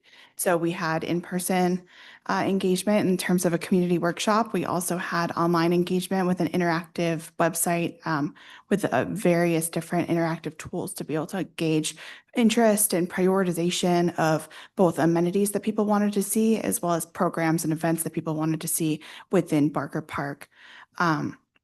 We had good feedback. People were very engaged. And so through that, we've developed 3 concept plans. So this is concept A. You can kind of see the concepts generally have the same amenities, which were all developed, because of the outreach. So we're looking at 2 multi-use fields, predominantly used for soccer. We have pickleball courts. We're showing 6 courts on this concept. We have a group ramada, which is showing the ability to kind of be able to use something that has a capacity of 1 to 200 people, but then also be able to segment it off for smaller families if you wanted to have a capacity of 10 to 20 as well. Just wanted to make it that very flexible space, given the fact that this park will be used for a lot of dynamic uses. We have a destination playground area, which is in that kind of lime green color with the shade area. And then that little piece above that beige kind of wedge is a multi-generational fitness area. So it'd be outdoor fitness equipment. We also have a 3-cell dog park to the north. Yeah. And so that would accommodate different, you can use small dogs versus large dogs, and then have the third piece be on hold for maintenance. That's what a lot of folks do. But the idea of having a 3-cell dog park really kind of helps organize and make sure that everyone's safe within that space. And then kind of what we've been calling the island space. We have a group ramada area, which would be like a large pavilion, and then a pump track space. The pump track was one of the things that had come up significantly in the public engagement piece. If you want to go to the next slide, that will be concept B. Again, like we said, there would be similar amenities throughout all of these concepts. Some of them are just changing the piece. One of here is really reducing the parking that was available in concept A. And so based on some of the other parks within this, the region, and I guess even the city itself, reducing the parking seemed like something that could be a viable option. And so this option is looking at really kind of opening up that frontage along the main drag to be able to look into the park and really see some of those park amenities coming through rather than placing the parking along the street frontage in its entirety. As you can see, the amenities are pretty similar here, but we've created a larger playground area for that destination playground. We also had a leading comment in terms of what people wanted to see from events and programming that placed things like farmers markets or kind of larger scale community events were wanted. And so something that could be different than the existing amphitheater, but provide something, a venue for a farmers market or something flexible has been added up here as well. So that way we can kind of continue on that multi-generational outreach or multi-generational amenities that we've been hearing about. But similar, we have the same amenities as we talked about before, just reduced parking and a little bit more cognizant of the street frontage. We can go to concept C. Sorry, on concept B, where would the farmer's market be again? Yeah. Oh, sorry, it's the white rectangle towards the top. There you go. Thank you, John. Okay. And then on concept C, we kind of imagined the idea of maybe if there wasn't that existing residential lot. And so what could that look like? How would that affect the park in its entirety? And so looking at kind of opening up that space for the event area, being able to have that large swath of hardscape, but then also be able to have a more dedicated event lawn so that you could have soccer games going on at the same time as an event. Whereas in the other concepts, those are kind of flex spaces that you would be able to play soccer or, you'd have to program it accordingly. So those are the three Our concepts. excuse me, I'm sorry to interrupt. Concept B and C, are those also pump tracks on the island area? They are, yes, and they changed graphics a little bit, but Yeah, yes, that's why I was wondering. Okay. yes. So those are our concepts. I think if you want to continue on in the slide, we have kind of looked at some phasing. And again, this is showing concept A, but it's pretty similar for the different concepts. The phasing was predominantly based off of the need for available parking, as well as the need for the soccer fields and the playground and some of the amenities that really kind of rose to the top in terms of prioritization. And so this area in kind of this blue purple color is phase 1 proposal. And you can see there that's the largest phase at this point, but it includes the pickleball, the soccer, the destination play area, and the group ramadas. And then phase 2 is that area in yellow. And so that would essentially include the dog park area and the additional parking. And then phase 3 would be that island area, if you will, the area that's a little bit more isolated from everywhere else. Very open to considering flexible phasing, but predominantly, like I said, this was based off of need as well as the grading and drainage plan of how we would be able to utilize dirt and move around earthwork accordingly. And so here's just some inspiration imagery to be able to walk through some of what we're thinking of. We've been looking at different concepts for the bridge. This project would include at least 2 bridges to be able to cross and create vehicular circulation for not only ingress egress for event spaces, but also for maintenance as well. So we have kind of a more simplistic wood option. If you want to go to concept option B, it's more of a simple steel option. And then option C, kind of looking at maybe a little bit more decorative, but something that's has a lot of long-term maintainability. If you want to continue on, these are again some inspiration photos. This isn't necessarily saying what the design will be, but just some ideas. So the destination playground, potentially there's some multiple levels. There's different areas for ages 2 to 5 and 5 to 12.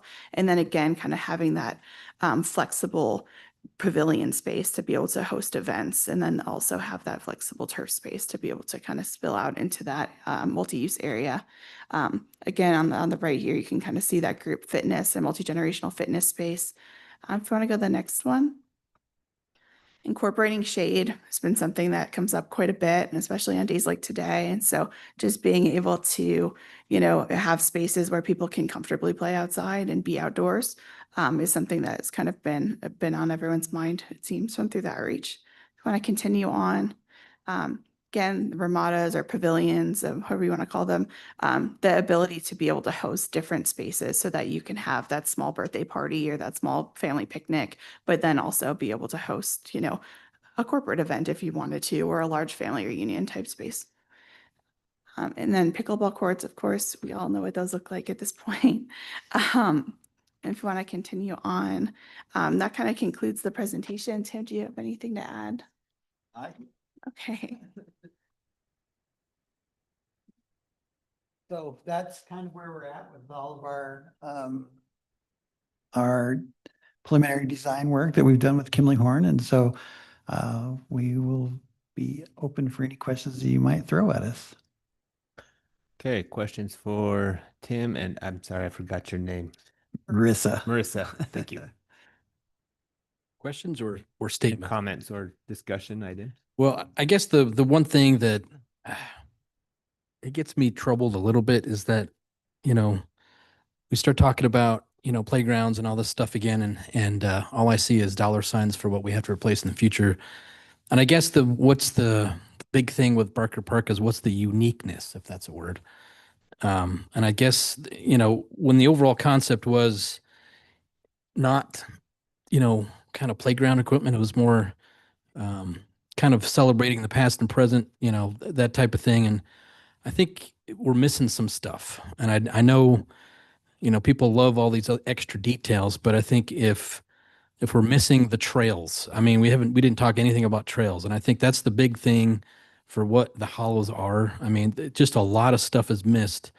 Are we doing chicken coop trail, or, are we maintaining the other trails? Are we going to do a perimeter trail?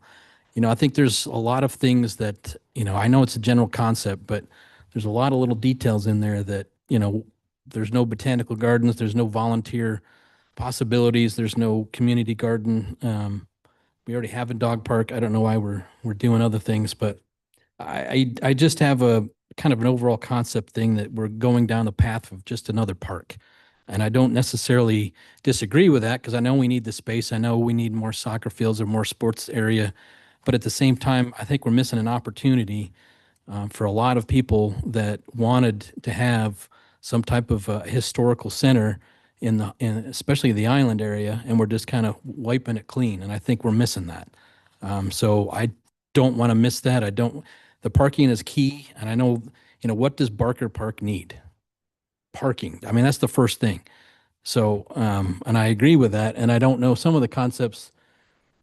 I think I saw 450 spots, and that's great.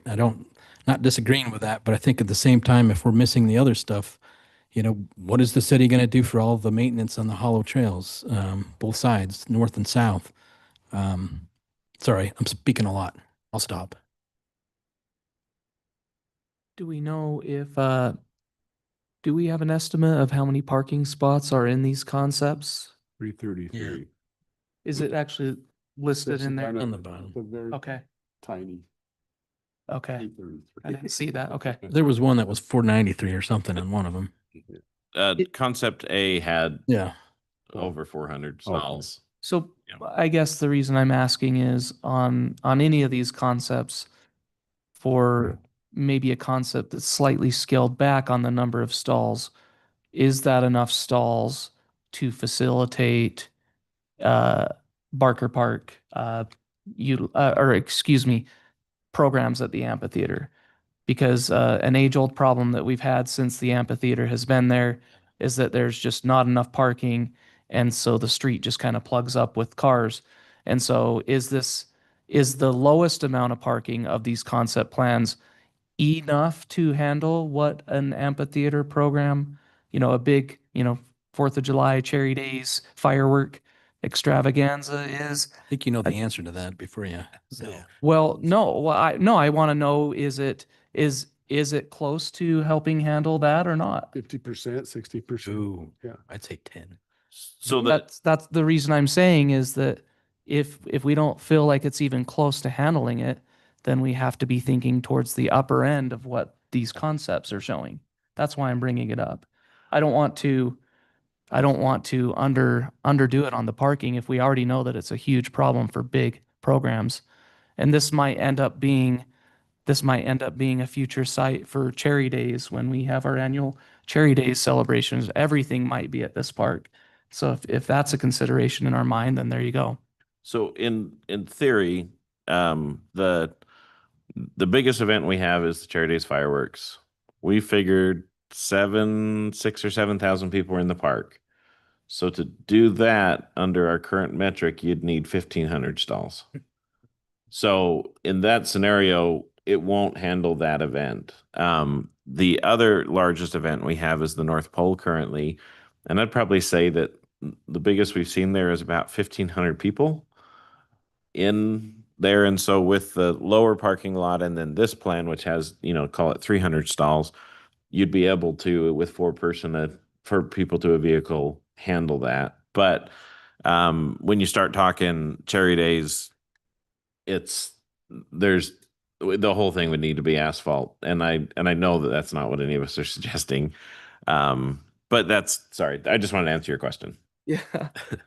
I would also point out real quick, concept plan A has considerably more parking, and that was because we heard so much feedback about the additional. I agree with what was just said that, it's obviously not going to cover some of the largest event that you have per year, but we don't want to build to that, right? But we do want to build to a comfortable level. And so the reason why this plan has more parking is to accommodate those additional events and also to accommodate overlaps on the soccer. So assuming that you have 100 spaces per field and you're doing, these are NCAA size fields, right? So you could divvy them up into about 8 youth size fields. And so stacking all of that on top of each other and then having families come and go for their stacked game schedule accommodates some of that larger parking numbers that we're seeing on the concept A versus B and C. Kimberly has, Marissa. and I think, I'm sorry. Her name's Her name's Marissa. Marissa. You're good. I got sorry. it. No worries. When you pronounced it at the beginning, I screwed Yeah. that up. Thank you Sorry. for correcting me. JD brings up a good point.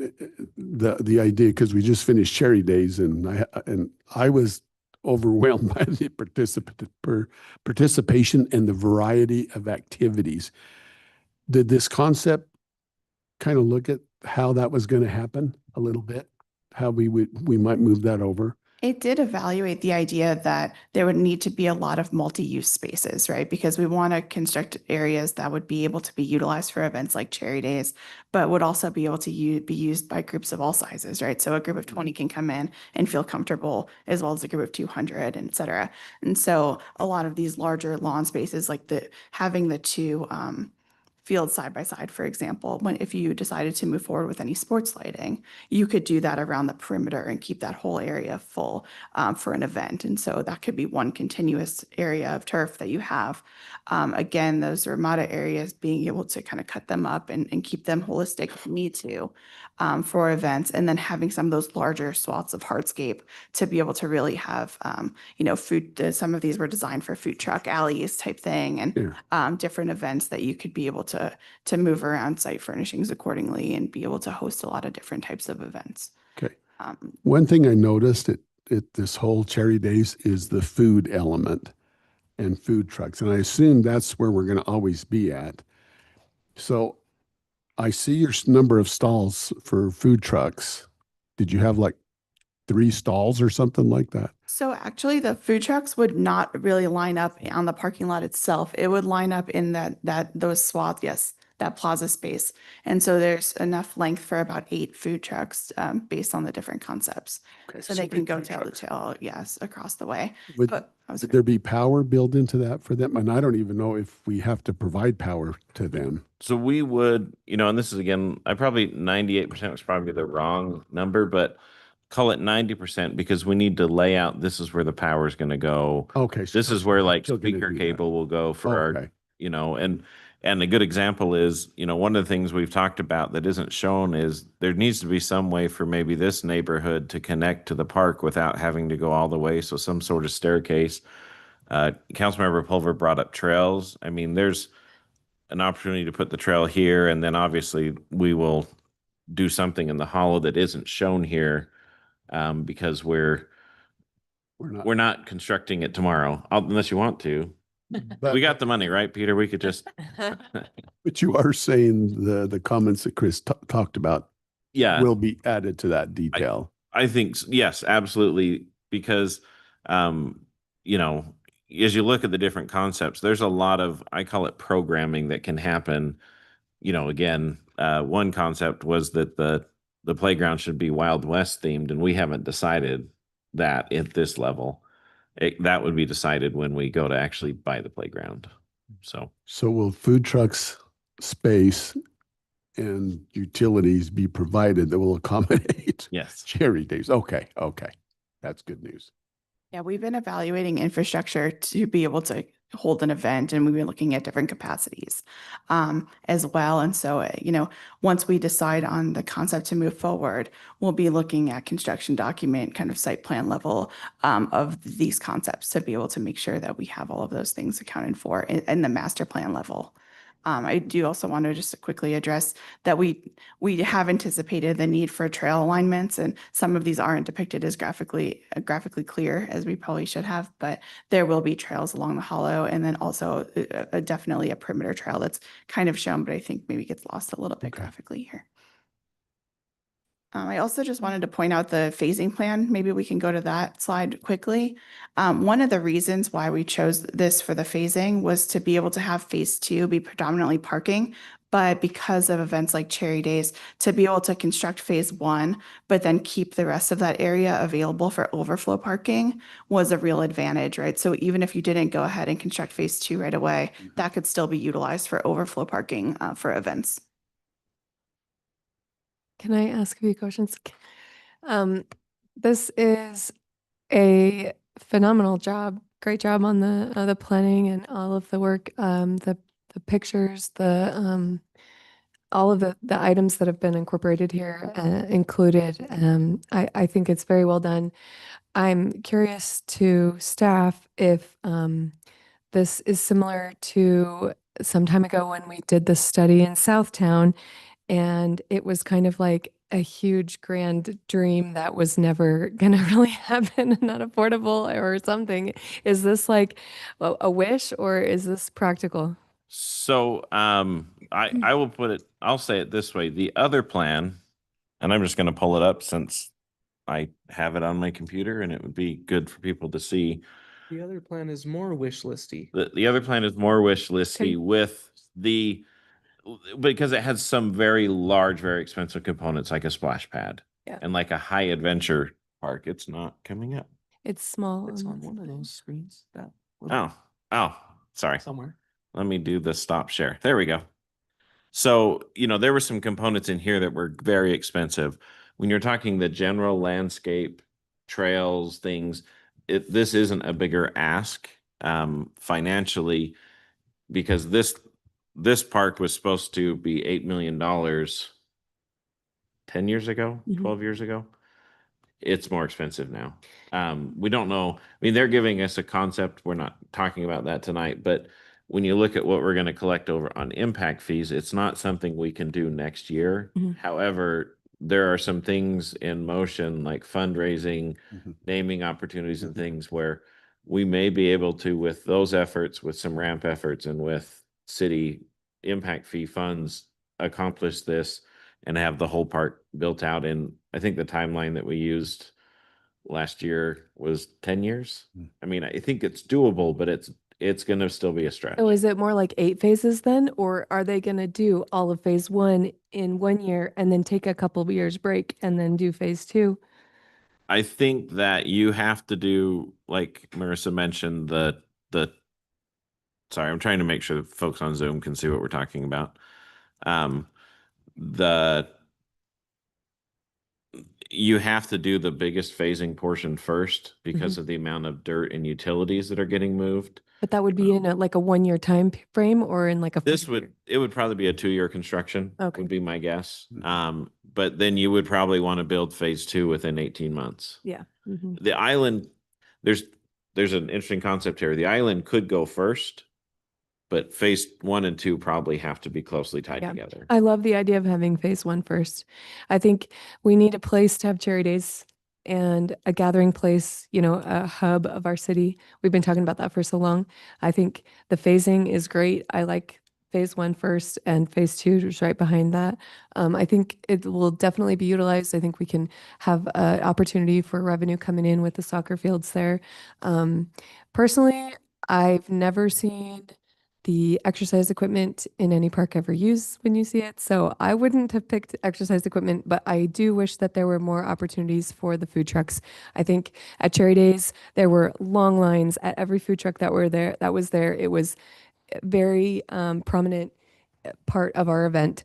And so if there was a way that we could, you know, maybe take out the exercise equipment and just make that more asphalt or a way to fit more food trucks along that. But I don't want to be critical. Like I love how it's set up. I think the pickleball courts and the soccer fields are going to be used on day one that it is open. And the parking is much needed as well. I love how it's got connectivity to the amphitheater. I mean, I'm really excited about But it. now's the time to be critical. Yeah. I know, I'm just kidding. I love the idea of a pump know, I track know. too. I think that's a cheap and really fun But- way to bring people together.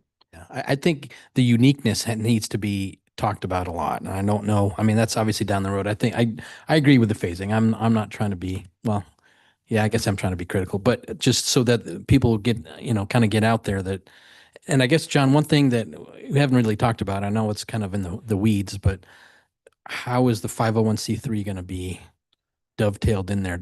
Is that something that needs to be closed, or do we use that? Do we, you know, is that something that they can get, you know, grants from DNR or whoever to do that? Or So there, with the 501c3 and the fundraising opportunities, it's very helpful to have those Okay. groups involved. And because of that, you know, one thing that, you know, as an example over here on Chicken Coop Hill, I mean, there's a lot of stuff that can be done here with even just working with the USU as extension for like pollinator plants or things like that.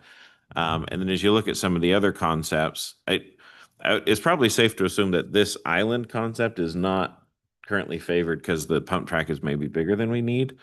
But when you look at these other concept, there's a real opportunity in this space to potentially do some historical recognition in addition to some of the stuff that might go over on Chicken Coop or Blake's got a whole bunch of stuff he needs to put somewhere, is what I heard. But well, I will tell you that Dave's as laughing. the city attorney, and you know I'm serious when I say that, rusty farm equipment is probably not likely What? going to be Really? favored Okay. by the city attorney. It's not usually dull metal. So, but anyways, I know. I think we have to work with that group and others who have a vision to bring in this last 10% of what does it look like when you're standing face to face with the things. Now that we've got an idea of, you know, what components do we feel like we want in here, and then that face to face stuff will happen at construction. Well, you know, that year before construction. yes. Okay. I thought of another question. So in the big picture, really, really big picture here, over the years, we've been replacing playgrounds every year and so that we could bring them up to date. Now that we've accomplished that, we still have a little bit of time until we have to do that again. But at some point, we're going to have to put all of those parks back in the rotation again. And that includes, maybe we should include parks that don't have a playground, like, for example, the dog park. And maybe there'll be a community group that comes in and takes care of that, and we don't have to even blink an eye. But in case it doesn't, at some point, I wonder if the dog park will have any kind of improvements and the current dog park. So I feel like it would be redundant to have two dog parks right across the street from each other. So again, maybe that's just my opinion, but I wonder if there could be something more utilized in that, or maybe even if we just had it one big open green space and we could use it as a dog park if we wanted, or we could use it for cherry days, right? I'm gonna guess this one will close the other dog park. We won't have to. You have to remember, we've had a lot of complaints about where our dog park is And now. parking. So it would essentially close the other one and Yeah. bring it here. You know what I mean? And then what would we do with that retention pond? It would It's- just stay empty? Stay Just back to retention as it's always been. Basically. I was involved with the Barker Park Committee probably a year to 2 years ago. And a big component of what they talked about was kind of a nod to the past. Whether it's, the old Western type of stuff, indigenous peoples type of stuff. I know that on the island that is to the right on this screen, that island, they talked about doing a bunch of natural grasses, natural plants, things like that. So I feel like even if there were to be a pump track, if that's what ends up being there, if we have some open space available to allow them to do some creativity in that area, that would be really good, because we don't want to totally run over all of the work and ideas and plans that they had. We want to kind of complement the ideas that they had. And that's why this concept looks like a sea of asphalt. And this concept, you can see the landscaping is folded into it, to your point exactly. I would like to, with the Barker family's donation of this park, I'd like to hear the mayor's comments on the park, if you're willing, Mayor.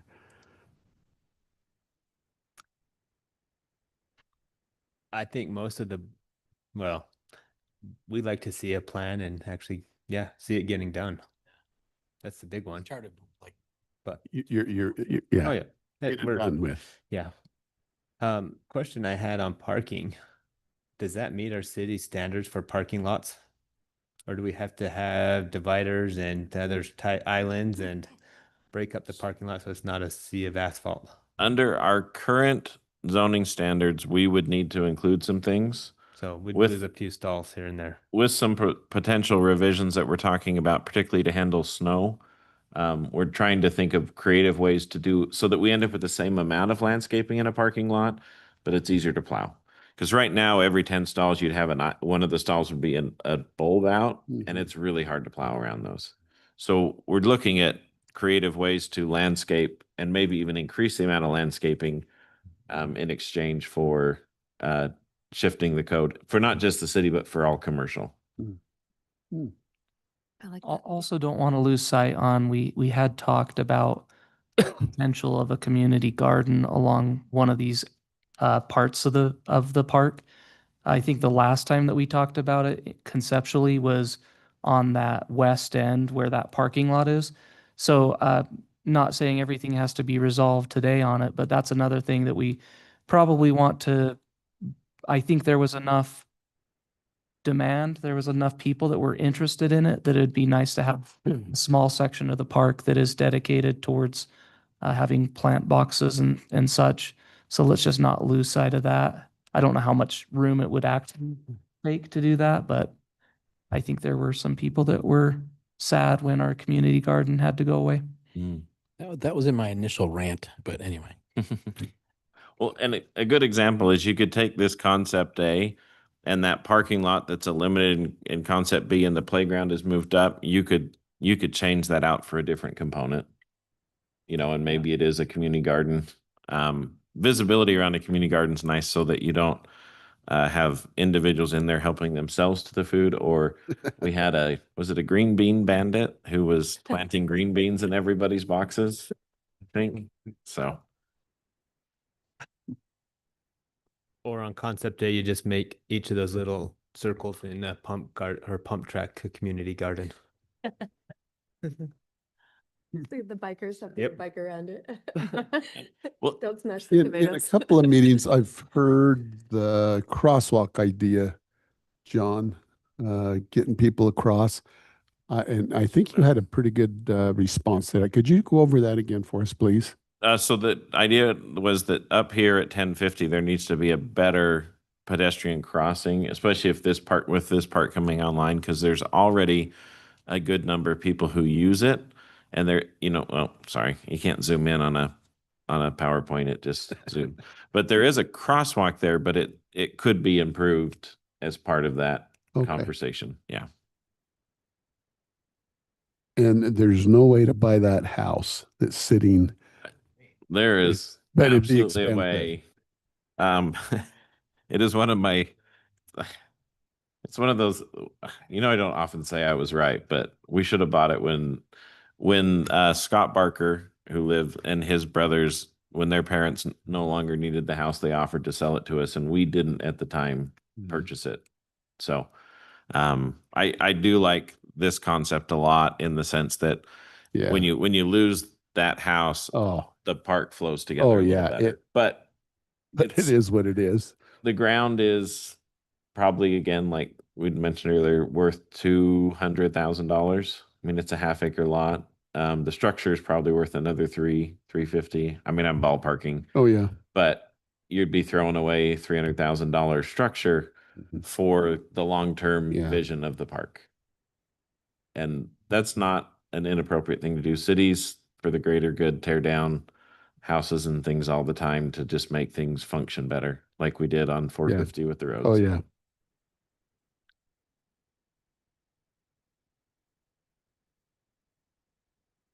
Oh, you said there was two bridges. Where are the two bridges that you mentioned? I think I know where one is. Oh, so there and there, where you're scrolling. Okay. Yeah. So one connects the island to the soccer field, and the other connects the soccer field down to the amphitheater.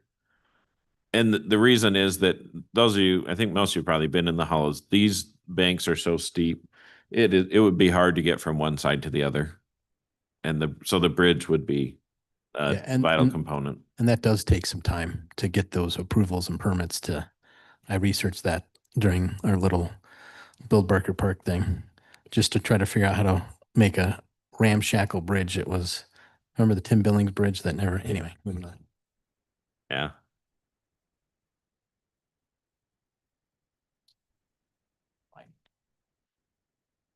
Any other red flags that you'd like us to address? I was just curious if there's a way to go forward with phase one. And yes, so if there was a way for us to go forward with phase one, and then, down the road, should this home become available, before phase two happens, is that a possibility? Or once it's like set in stone, it's set in stone?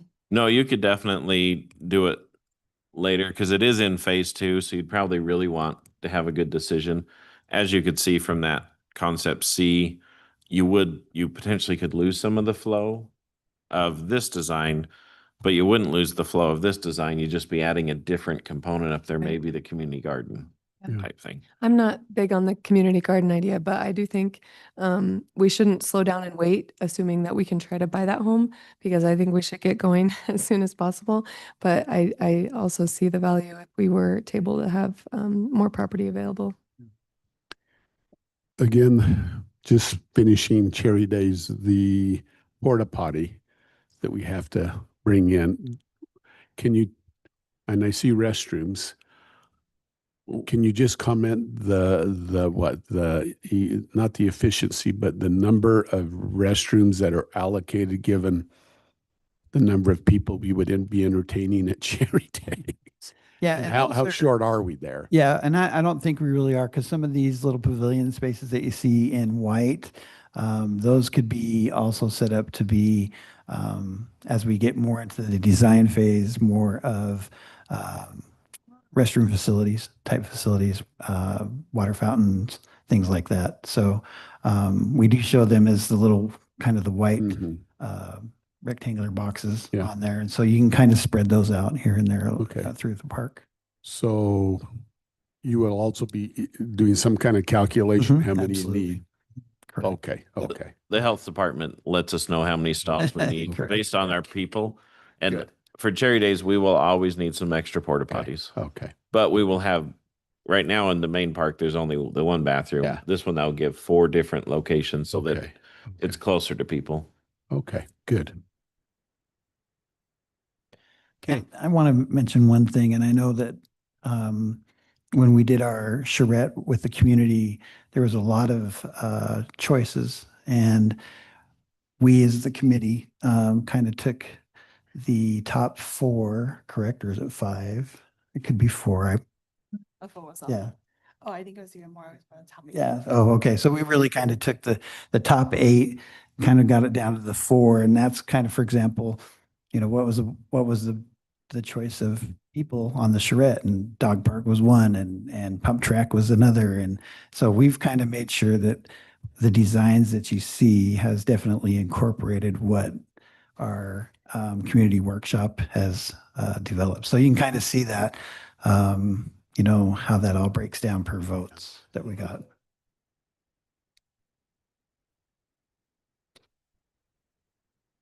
And Dave asked that we cut it off right before disc golf. He really doesn't want a disc golf course. So, I mean, so again, I think a lot of the concepts we definitely addressed from our workshop. So we're really happy with that.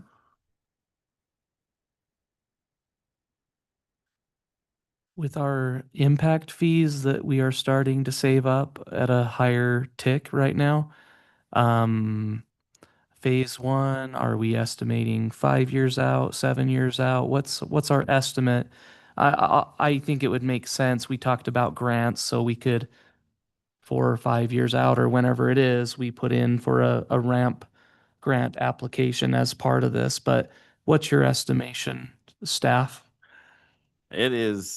It's hard to guess because we don't know how many houses are going to come in or apartments and things.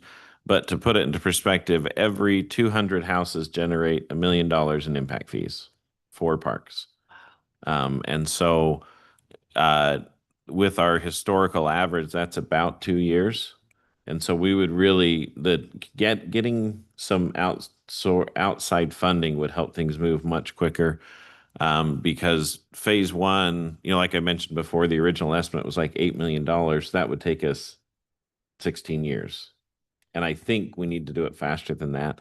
I would want to, Ramp has been very patient with us. They're patient with all the cities, but with this one, we would really want to line up our private financing before we ask for the money and get some signed guarantees from folks. Because I think this big of a project, they would really need to know was going to be done. They approve it. It starts on April 1st, and it's like probably an 18-month build, so it's done by the end of the next summer. But we'd want to have some very firm commitments. And I think the one thing that we need to remember, and I think we are, is the fact that once this is built out, that I can't remember what Dave said, but it was a crazy number that this is what it's going to take to maintain it, and it's not an easy number to swallow. So we need to make sure that we're planning for that in the out years. That we need to do this really fast. Oh, but we need to raise your property taxes $6 billion. No, I mean there needs to be a kind of conceptual thing that says we need to start thinking about what is parks going to have to do. What is what are certain things that maybe even Public Works has to figure out, because that's going to be the side of this, is that they're going to have to maintain it. At the end, how many staff do we have to employ? How many yada yada yada. So there's a lot of little things in the background too that we need to make sure that we're allocating for in the years once it's done. So anyway. Okay, anything else we need to leave with staff tonight? You get all you need from us? Too much, probably. I think so. Good. If I guess, John, do we want to ask if if they had their choice, what option would? That would be helpful. Yes, that would be helpful for us. So if So you let had me your put them choice, back up for y'all. if you had your choice, just looking at those 3 options, which one Conceptually wise, is that what you're saying? jumps out to you? And we'll continue to work on refining. I that. don't feel getting the home off of 2600. I don't feel like it's like very likely. It's just going to cost a lot. So, I mean, I kind of say ditch that idea, but I could, maybe I don't have a vision for it, but it would end up costing us $500,000 extra just to be able to purchase that property. I like concept A, phase 1 and 2, but concept plan B for phase 3. Yeah, same. I like B for the island, and I like A just in general for the upper part. Yeah. that seems I think it, my own personal opinion, the home's not gonna be that hard to get. You're gonna have somebody that does not want to live in the middle of a park, Middle of a parking lot. in the middle of a parking lot in a park. Yeah. Hopefully, that'd be awesome. Well, I mean, it may be a vacant house because I mean, I don't want to Yeah. live in the middle of a park. Yeah. I already have to live with parking or everybody's lights coming into my windows out of this park. So you should say, you're suggesting keep it on the table? I think it should be on the table. That's my opinion. Yeah, I I like, support that's why I that. like C. Yeah, I think support C. that. Yeah. Well, and I can tell you that what we'll do is we'll take this feedback. You know, a good example is it seems like everyone's kind of unified on phase 3, and maybe we can strategize and talk about doing phase 3 first and using that as kind of a springboard, because it will be much cheaper with not having the signature playground and the amount of excavation work. But you know, that's something we can I think talk we need about. that parking right away. Big chunk. Well, phase 3 does add 70 some odd stalls, I think. So it almost doubles our capacity, but you're right. There's a lot of things that we need to talk about in all this. I So wish there was a way that we could get the food trucks closer to 2,600, just so that people driving by would see those out. I don't know. Maybe if that was in Plan C or something. Anyway. okay. They're not too far away, really. Okay. Did you get enough now, Tim, or do you have more? I'm good. Thank you. Okay. You guys are awesome. It's easy to wish, if we had millions of dollars, what we would want. Exactly right. Okay, moving on to item number 7. We'll go back to public comments. These are your chance to come up, make your final comments, state whether you're a resident in North Ogden, come to the podium and keep your comments at 5 minutes or less.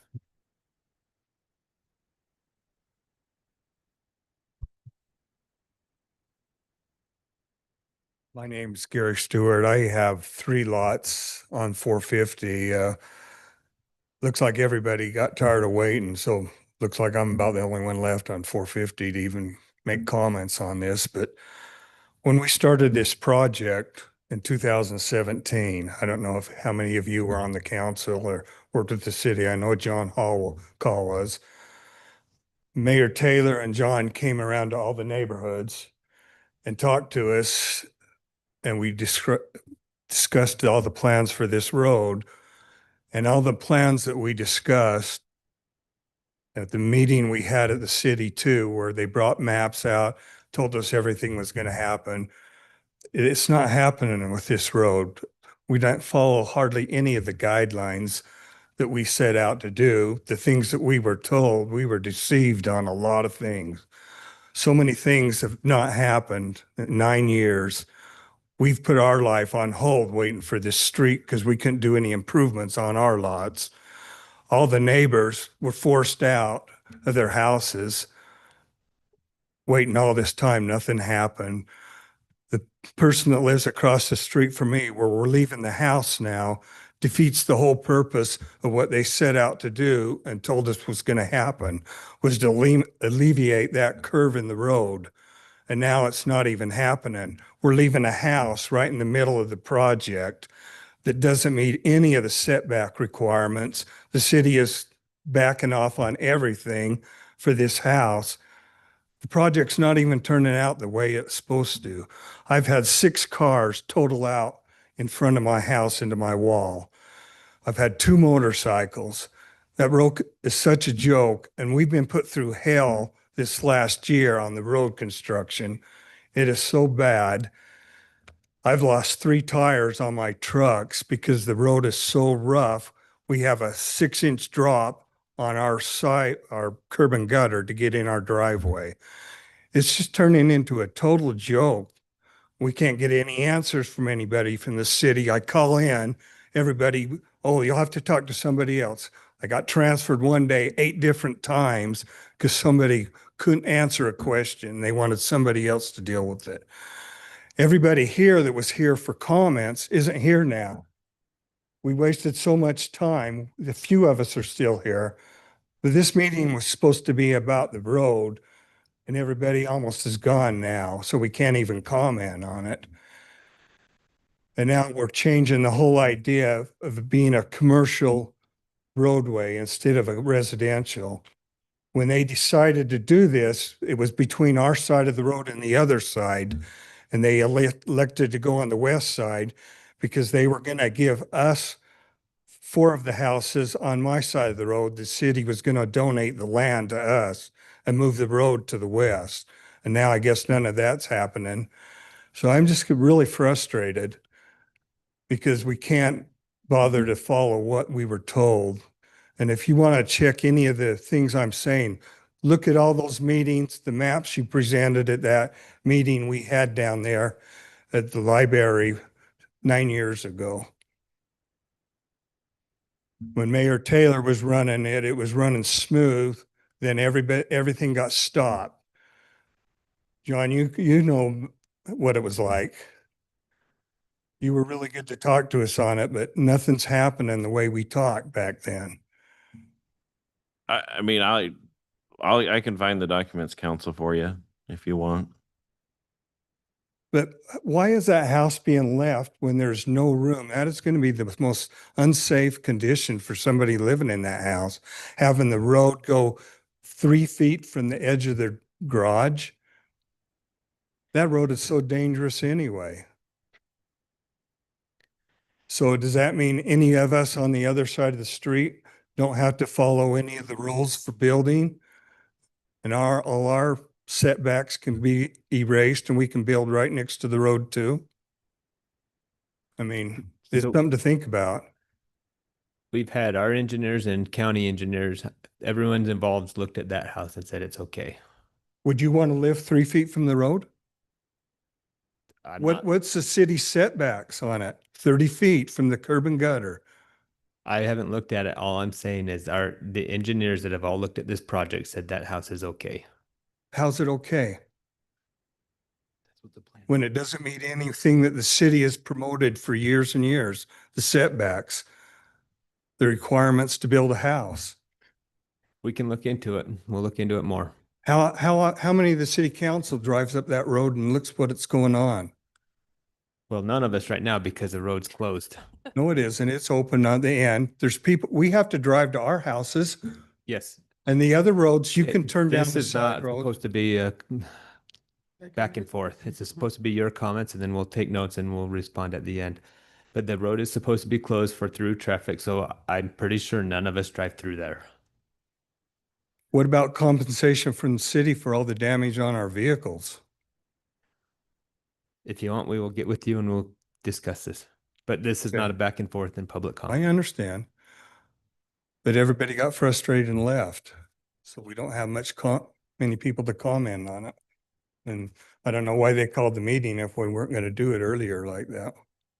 We had comments at the beginning. We did have a comment. On here, it says the business that's happening with the city for comments. 2.5 hours we've been here. We haven't, This is how our city council meetings have worked. We have the option at the first for comments and then option at the end for comments. We don't usually allow comments in the middle during discussion unless it's a public hearing. The city of North Ogden goes above and beyond with public comments as it is, allowing before and after the meeting, at the beginning and at the end of the meeting. So, I mean, we're trying our best to give everyone an opportunity to be heard. And it's not like we're pushing people out. We're not purposely discussing other items so people will get bored and leave. you've seen how many people have left. Yeah, I'm just saying, we're not purposely trying to But they shouldn't have called this nefariously meeting for push people out of the this. meeting. No way. We weren't going to discuss it till everybody was gone or have comments on it. Public You're comments making were it sound like item we're number trying to push people out, and that's not the yep. case. We will try to do better in the future. That's all we can say. Okay. So how do I ever find out what's happening on the road? When I call in to talk to the engineer, I've talked to that one day, 7 different times they transferred me around. It's going to depend on which question you have, whether you're going to talk to the engineer, the street supervisor, the water supervisor, the sewer supervisor. So if you want to talk to the engineer, we'll get the engineer to contact you. Okay. All right. Thank you. You're welcome.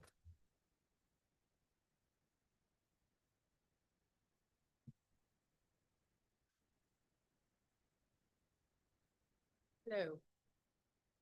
So my name is Wendy Broadhead, and yes, I do live in North Ogden. I'm George Lankersdorfer. We live on 3050 North. We live front and center in the whole mess of The it all. corner of our property is 5-10 feet from the property line of the house you guys tore down. And we're kind of disgruntled about hearing businesses going in when we moved into a bedroom community. We've been here for like 23 years and we're kind of in the same situation. We're feeling a Gentlemen. little bit disgruntled. Yeah. Mayor Brent Taylor did promise us that the people that affected the most would have options. And we've We've been here expressed before, interest, yeah. expressed interest in purchasing that property. Of course, we don't know if we can afford it because we don't know what the market value is. But it We're could- waiting to it find out. Sounds like we might not even. But it have- almost with today's meeting, it sounds like you're going business because it brings in property taxes or taxes. We moved here because it's a bedroom community and it's a residential community.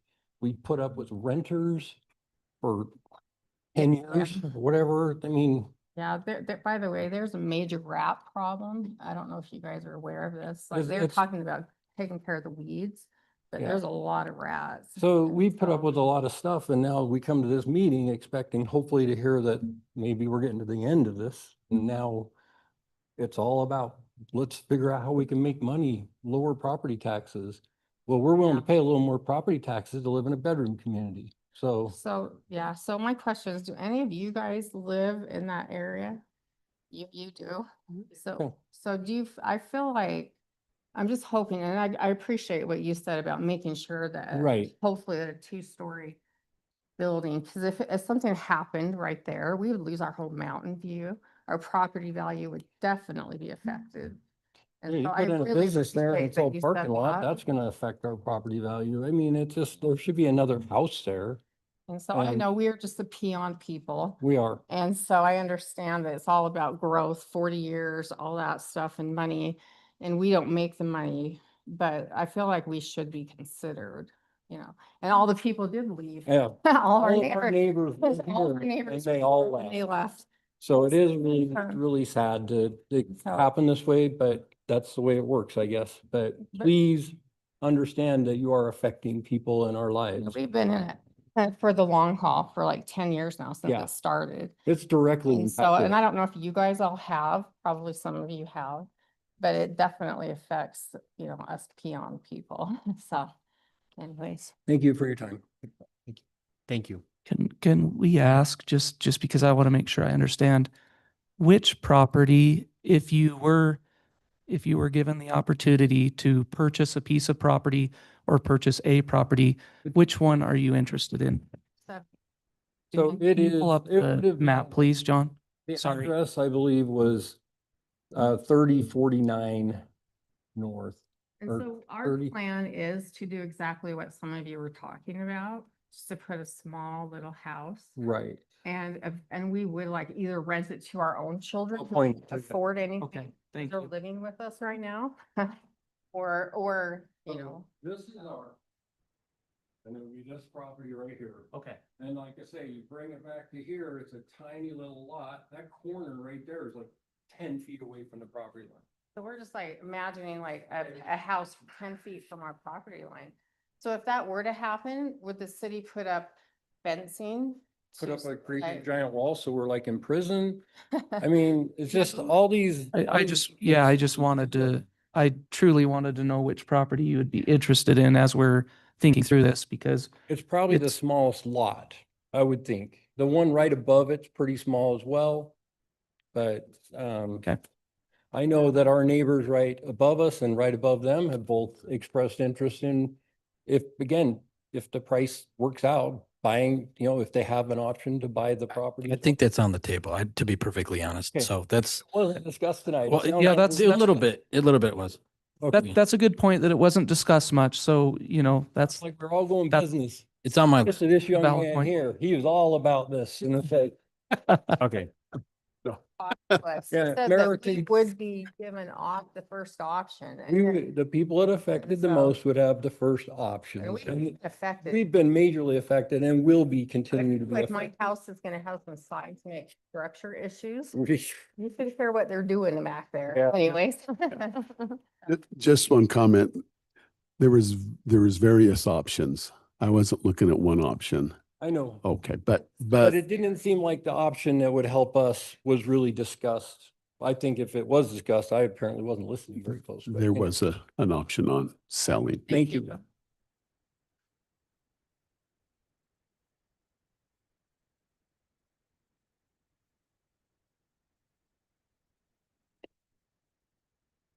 I'm Brett Hamblin.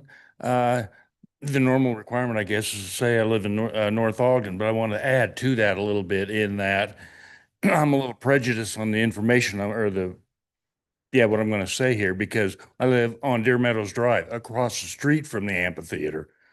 So my 100% with the option one starting with phase one, excuse me, with option A, because seeing firsthand every time there's any kind of event, the disaster parking and traffic on the road and everything, I love the parking in options A.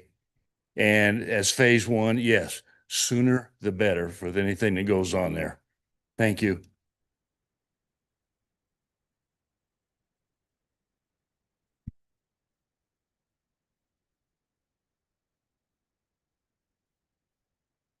Sorry, it takes me a minute after sitting in those chairs. They're there for narrow hips.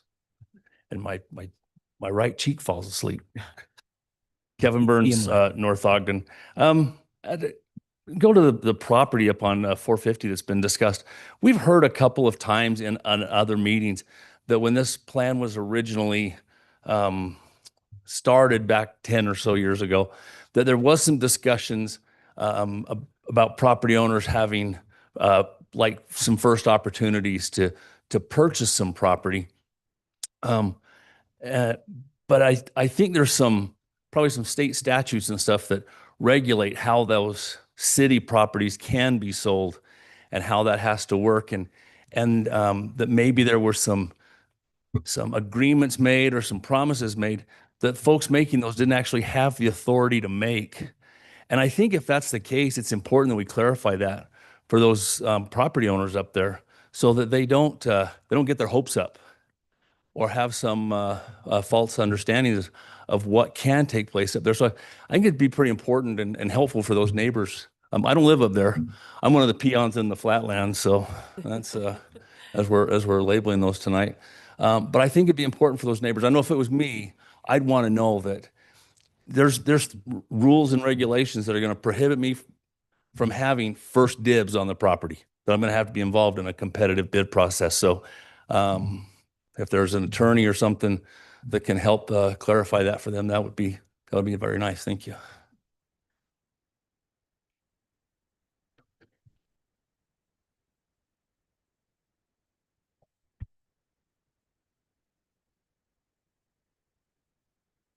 I'm RJ Morris again. I live at 3004 North 450, right across the street directly from the parcel that the previous couple was talking about purchasing. I'd be curious to know, I'm sure the city will do its due diligence with what's the existing vacancy rate for existing commercial property in the North Ogden area before they make a decision on rezoning that part across the street. Also, if that does get rezoned across the street to commercial, however you called it, minimal neighborhood insurance company or office place, I think the properties across the street should be entitled to the same rezoning if that's going to take place. I know across catty corner from the Walmart down in Ogden or borderline Harrisville was a office, an insurance office that became a massage place, and now it's empty. But I think until commercial property, and I know 2600 or 2700 is on its way of becoming a twin of Riverdale, until we get to a certain percentage of vacancy for commercial property that's already zoned that way, I think that would be the time to discuss changing that area into possible commercial area, even for the neighborhood. Otherwise, it sounds like you're looking at something that's going to become like the avenues, where they have these little corners that are commercially zoned. And maybe the avenues is more appropriate for that type of zoning, but our area here in North Ogden is all residential, and we all bought our homes that way. And then are the plans available on our North Ogden City website? That's the other thing. There's not a lot of information on our North Ogden City website. Not even this meeting. Well, that's not true. The meeting is known. That's every Tuesday and second Tuesday and stuff. But more details about what's going to be discussed. I only was able to come today because my neighbor, I didn't get my mail, but my neighbor got her letter, as well as a couple other neighbors just recently since Monday, yesterday. And because of the holiday, I would have thought there would have been steps taken to have sent that out in advance, but here we are today. And then the other thing I wanted to discuss is once the Barker master plan for the new park goes into effect, the old dog park there could be rezoned or reconsidered to be a community garden, perhaps there. I know parking's an issue for the neighbors there. I'm there almost every day with the other neighbors that bring our dogs there as well too. And then as far as across the street, if the city decides to, or if the Barker family decides to want to, make their name more known, maybe that could be the Barker Park annex to the main park. So thank you.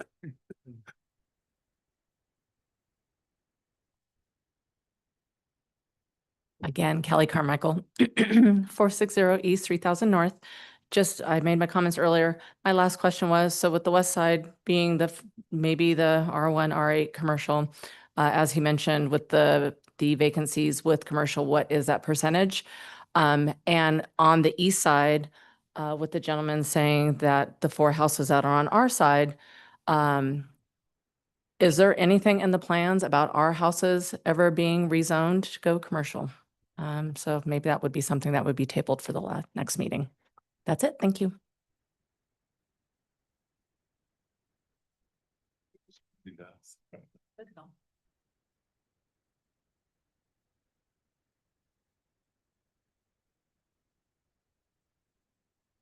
You have one last comment.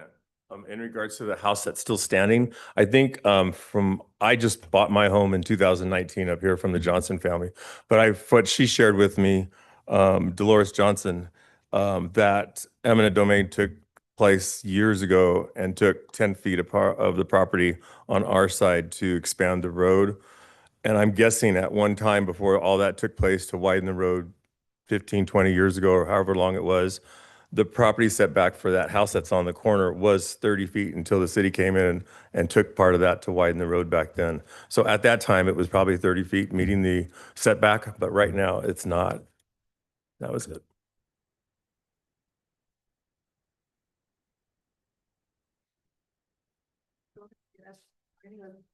By the cemetery? Yeah, we need you at the microphone. Introduce yourself. Give your address.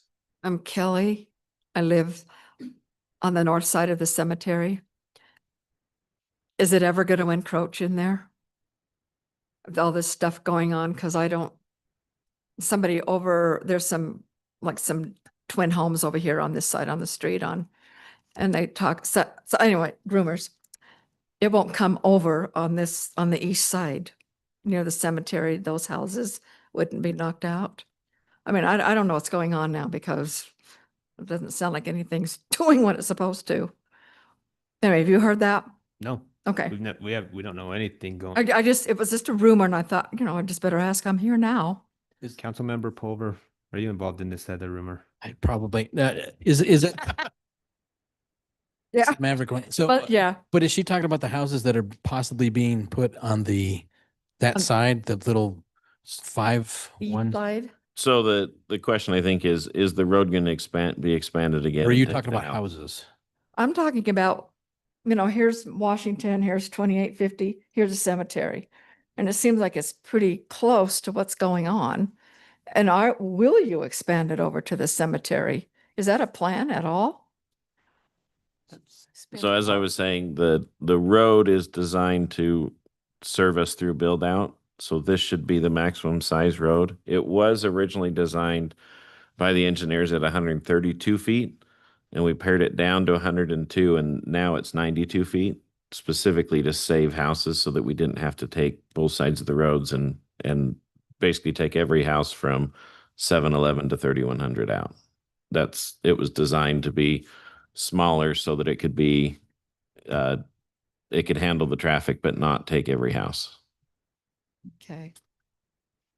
We have a view. We don't want to move. We have a view of the whole South.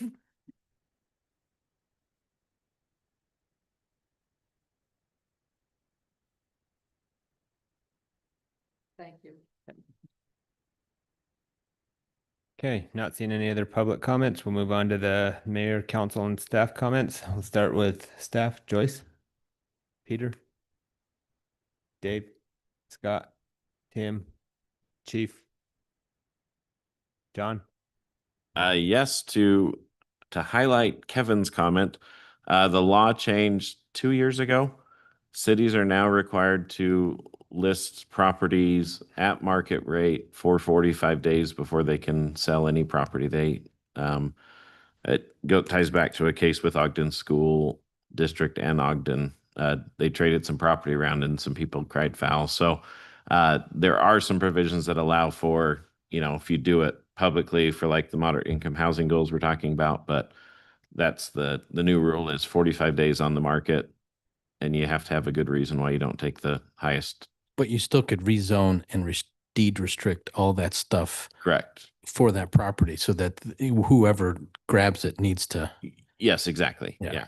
It's the highest value you can get on the market based on the condition of the property. Just like the house there that would have been torn down at 132 feet, that's on the corner that now is far enough away that it doesn't have to come down. It is severely diminished in value. I mean, it's really nice inside. It's probably a $500,000 to $600,000 house anywhere else, and my guess is it's a $350,000 to $400,000 house now. And the one thing that if we do rezone and do the those types of things, we can, if the folks that live there, we can say we're going to add an extra setback on the back side to protect their side so that they're not impacted by yes ginormous stuff. You'd be doing it as a landowner. It's a encumbrance and saying we are going to restrict us and all future landowners from building within this distance of the fence. Okay. Yeah. Okay, council, anything you'd like to add tonight? Councilmember Pulver. Trader Days was awesome. How about that? So, sorry, you can say that and I'll say it. So, and I know we're going to have some debriefs on it, and I know there's things that we did well, we could do better. I know there was things that Ryan liked, and I think I liked too, that set people off. And I'm like, I think it was better done this way versus that. Anyway, I think we'll have that discussion. But I think the biggest thing that I want to talk about today is code enforcement. And I know with all of the fire life safety stuff, I just want to make sure that yes, there is those volunteers committee, yada yada, and at some point, people that have not filled their yards in for 4 or 5 years are going to get enforced. That's my one big thing. That's what's driving me completely insane. So if we can get maybe a report on that in the next few weeks or something, that would be, or times, whatever, that would be awesome. I just wanted to thank the staff. So much work and effort has been put into Cherry Days, and everything just seemed to go off without a hitch. It was just seemed so seamless. People were happy. There weren't major situations. I just feel like every year there's more people in attendance. It feels like. I'm curious. Maybe at the debrief we see the Placer AI numbers, but I think it just goes to show all the work that the staff has done so phenomenal that people are just more and more people are just coming each year and making it a part of their holiday traditions. And I just was at most of the events, and I had nothing but compliments. And I think that's all thanks to the staff. And again, so the public knows, we choose to save tax dollars for other things than event planning. And so our staff go above and beyond in ways that they probably didn't sign up for to make this event so successful. And they just, in every way, it was just phenomenal. I heard so many compliments. And go to the rodeo next year. Good heavens, that was awesome. The first time I've ever gone there, and I was thoroughly impressed. But anyway. And the most impressive thing is our staff planned it all without hardly any of our help. So we didn't really even help. We just showed up and. You don't What want my would you help do? when you're I know, event you don't planning. want it. I have to specifically shout out that float for the city council. It was Oh. amazing. The amount of work. Just got to build a big thing to cover. That was so cool. That was so fun. And you, over the years, you kind of start to hear a little bit of resident complaints about, man, it's just turning into a, a parade of advertisements and such. But I feel like there was enough floats that we're starting to get back to what it used to be. It's fun. So thanks staff that all put that together and worked so hard on that. And we do get the opportunity one more time to ride on that float on the 24th of July parade in Ogden. So. Are you serious? Yes, that is going to be in the parade. Is it on my calendar? Is this the first thing? Are we in that? Yeah, they. We are in that. We are in that parade. Hey, Just write that down. thanks for telling us. I thought we talked about it. Maybe it was me and John talked about it. We wasn't there. You've been voluntold. Yep. So, yep, we do get that opportunity. If anyone wants to join us on that parade. If you can't go, send a doppelganger. Yes. That mean?